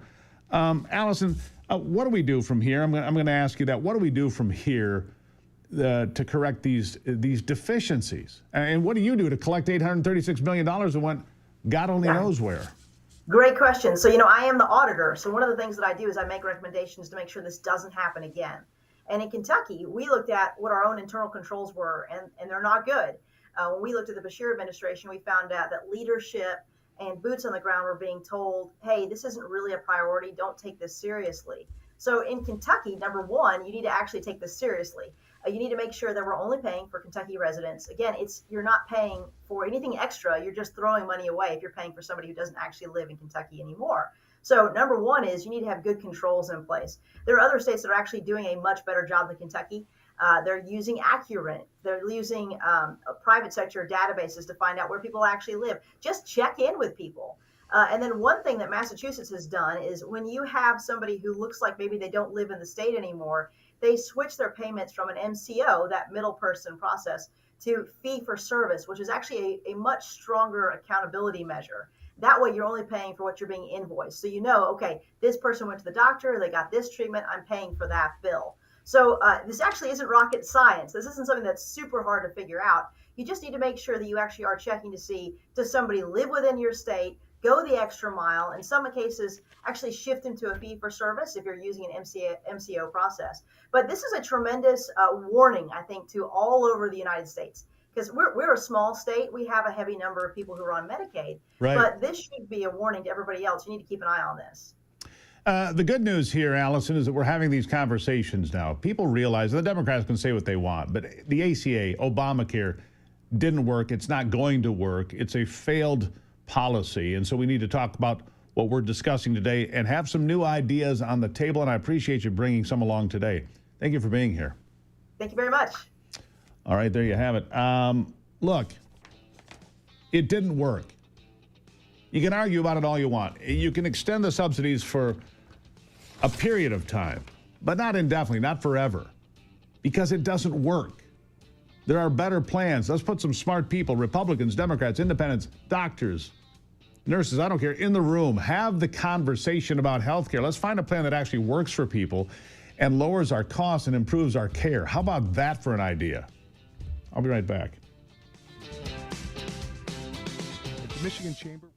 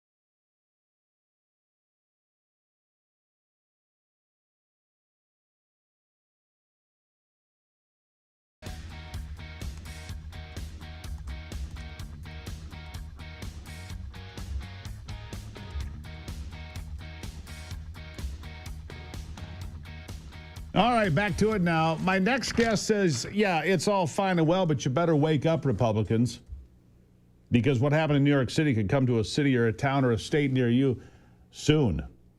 If you don't focus on the word affordability, if you don't pay attention to young people, look, Republicans are always focused on young men. Well, that's fine and well, but 81% of the young women in New York City voted for Mamdani. Mark Mitchell is here from Rasmussen. He's the head pollster there. Mark, welcome back. Yeah, really great to be here, and we should revise that because nothing's well. Absolutely nothing is well at all. Nothing is well. No. I mean, Donald Trump's numbers were down, I think, at 45% when I glanced at your numbers yesterday. You're about the only guy I follow. You're one of the few, I should say, almost none, because when I see CNN says he's got 32% support, I know that's not true. I follow your numbers, but what I do know is true is that Gen Z is like, look, we're out of here. They hate the Democrats. They hate the Republicans. You end up with a socialist like Mamdani. Am I on the right track here? No, I mean, that's literally exactly the right thing. 45%, not too bad, should be better. This is the lowest that he's had of his term so far. But what I'm screaming alarm bells at is that it seems like he doesn't really understand his base anymore. And he got elected because of young people and populism and a desire for reform of the government. And it looks like we're not doing any of that stuff. And then it looks like Republicans aren't going to govern. Republicans gave everybody a really clear view about what Republican governance looks like. And it's like, okay, a shutdown government with no plans, food SNAP, SNAP benefits being defunded. And Donald Trump, meanwhile, is focused on foreign policy. And then what is the right doing? It's tearing itself apart on the internet over Israel. And so Democrat crossovers and independents did not turn out in New Jersey and Virginia. And a lot of people will be like, okay, that's expected. Well, they really got clobbered, and the right thought they were going to do a lot better. And the reason that they didn't is because young people don't care at all about Republicans or conservatives. And conservatives were given the best chance they're ever going to get at fixing the government. They say, oh, our values are so awesome. We win the marketplace of ideas. Well, you had your chance, and you're doing nothing, and everybody's going to know it. So I'm just saying that the young people are now going to Mamdani. He won in New York because that's what young people want. And even the people who voted for Trump under 40 are pretty okay with democratic socialism because they don't even understand what capitalism is because you took it away and then didn't teach them about it. Yeah. So the young people are increasingly going to control politics, and boomer politics are kind of over. And unfortunately, the Republican Party is the party of boomers. Is it too late? Can it be corrected at this point? You've got until November of next year. I do like the idea of health savings accounts opposed to Obamacare that would lower the price of health care for a million people. If young people could get a health savings account, that money could be in their column. Yeah. And if they stay healthy, that money rolls over. $2,000 checks back, that's nice, but it's short term. Nobody remembers that stuff. What has to be done for the Republicans to get back in control? Is it ending the filibuster? What is it? I don't think any of those things you mentioned are good enough because they seem like business as usual kind of DC fixes, and people want massive change in DC. They told me that 75% to 20%. And it looks like kind of big business oligarchy solutions. Everything that Trump proposed, it's like, oh, we're going to give you more debt. Oh, we're going to give you health savings accounts. Like, no, how about you break the regulatory state in healthcare? Because Americans are being like absolutely fleeced by the healthcare industry. It's 20% of our GDP now and the biggest employer in every state. So the Republicans aren't even talking like that. And why is it? Well, it's because you guys are bought by big pharma and we all know it. Now, I think and big insurance companies, same thing. I mean, big insurance companies pay the bills. But the truth of the matter is Americans of all ages are sick and tired of saying, well, my doctor said I need this. The insurance company said no.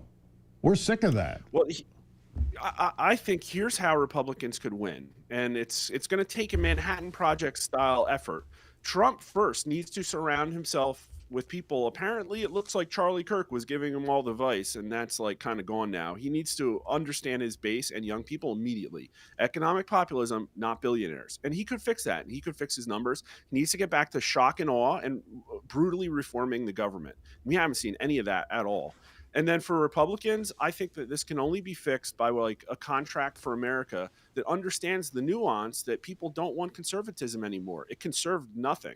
They could maybe go off to a retreat and come back and join hands and sing Kumbaya about how we have 20 things now and we can get you 5 of them by November. And it might be through reconciliation, but we're going to tell you what they are. And those bills aren't going to be full of a bunch of other DC garbage. And then show the Americans that you can actually govern as a party. I think that might be just enough to do it. But right now, they're probably going to be underwater, I'm guessing, in the new polling, 6, 7, 8 points in the generic ballot because they look dysfunctional, and they are. So it's probably when do gonna we swing see back those to the numbers? Democrat. Here's my bigger question, Mark. Anybody listening to you besides me? Yes, I think they are. But I'm going to keep screaming. Well, you have to. I mean, there's a lot of noise out there. But it is going to be populism. Look, what Mamdani won on is the same thing Trump won on. Populism, different kind, different flavor, different direction, but it's about affordability. It's about young people not wanting to wait until they're 40 to own a house. They want to make sure they can pay the electric bill. They want to make sure if they go to college and work their asses off, they get something out of it. I mean, that's what you're talking about, right? 100%. Right now, we are governed essentially by the most selfish generation, and I'm not trying to sling mud here, but the people under them have been basically starved, and they want a little bit of selfishness too.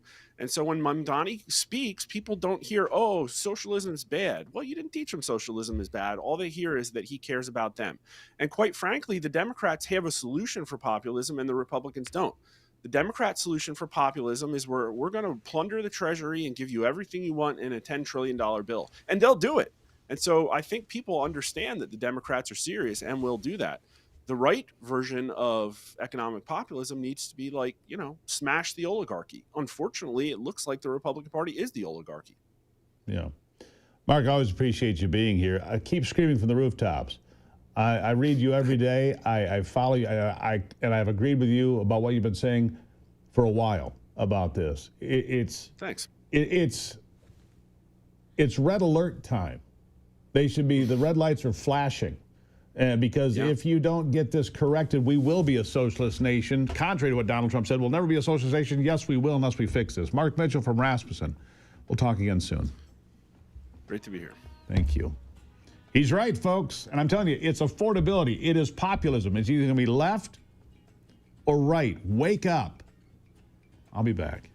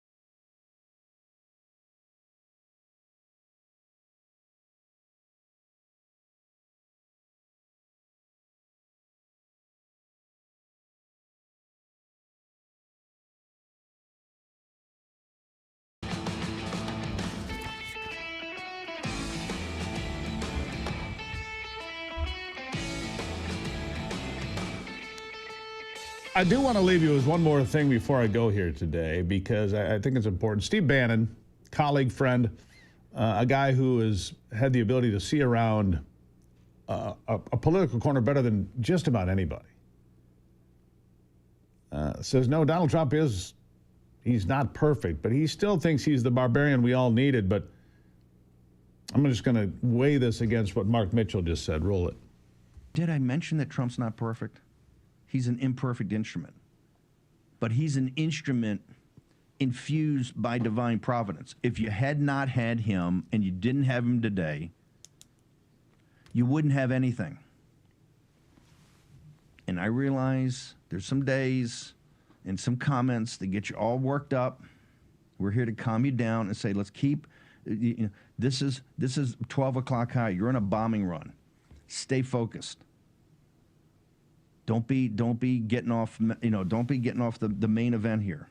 Well, the main event is getting the work done for the people. Because as Mark Mitchell pointed out, the main event is young voters. They'll dictate this future. And as the boomers age and exit, they will choose where this country goes for your kids and mine and our grandkids.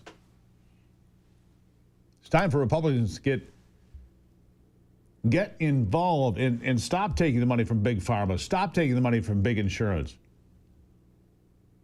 Stop starving the next generation. I happen to agree with that, and he is right. He's right. Well, we'll have Mark back more. He hasn't been here in a bit. I don't know why. But he's got his finger on the pulse. He says -6, -7 on the generic ballot. I don't know if that's true either. I think the young people hate the Democrats just as much now because of the government shutdown and the failure to get anything out of it. I think both parties are in deep trouble today. Both parties. Is there any common sense left in this country? Fight the good fight, keep the faith. God bless America, my friends. Tomorrow is Free for All Friday. You don't want to miss that. Your chance to call in and be heard all across the country. All right? God bless America, like I said. Work harder. Be better. We'll talk soon.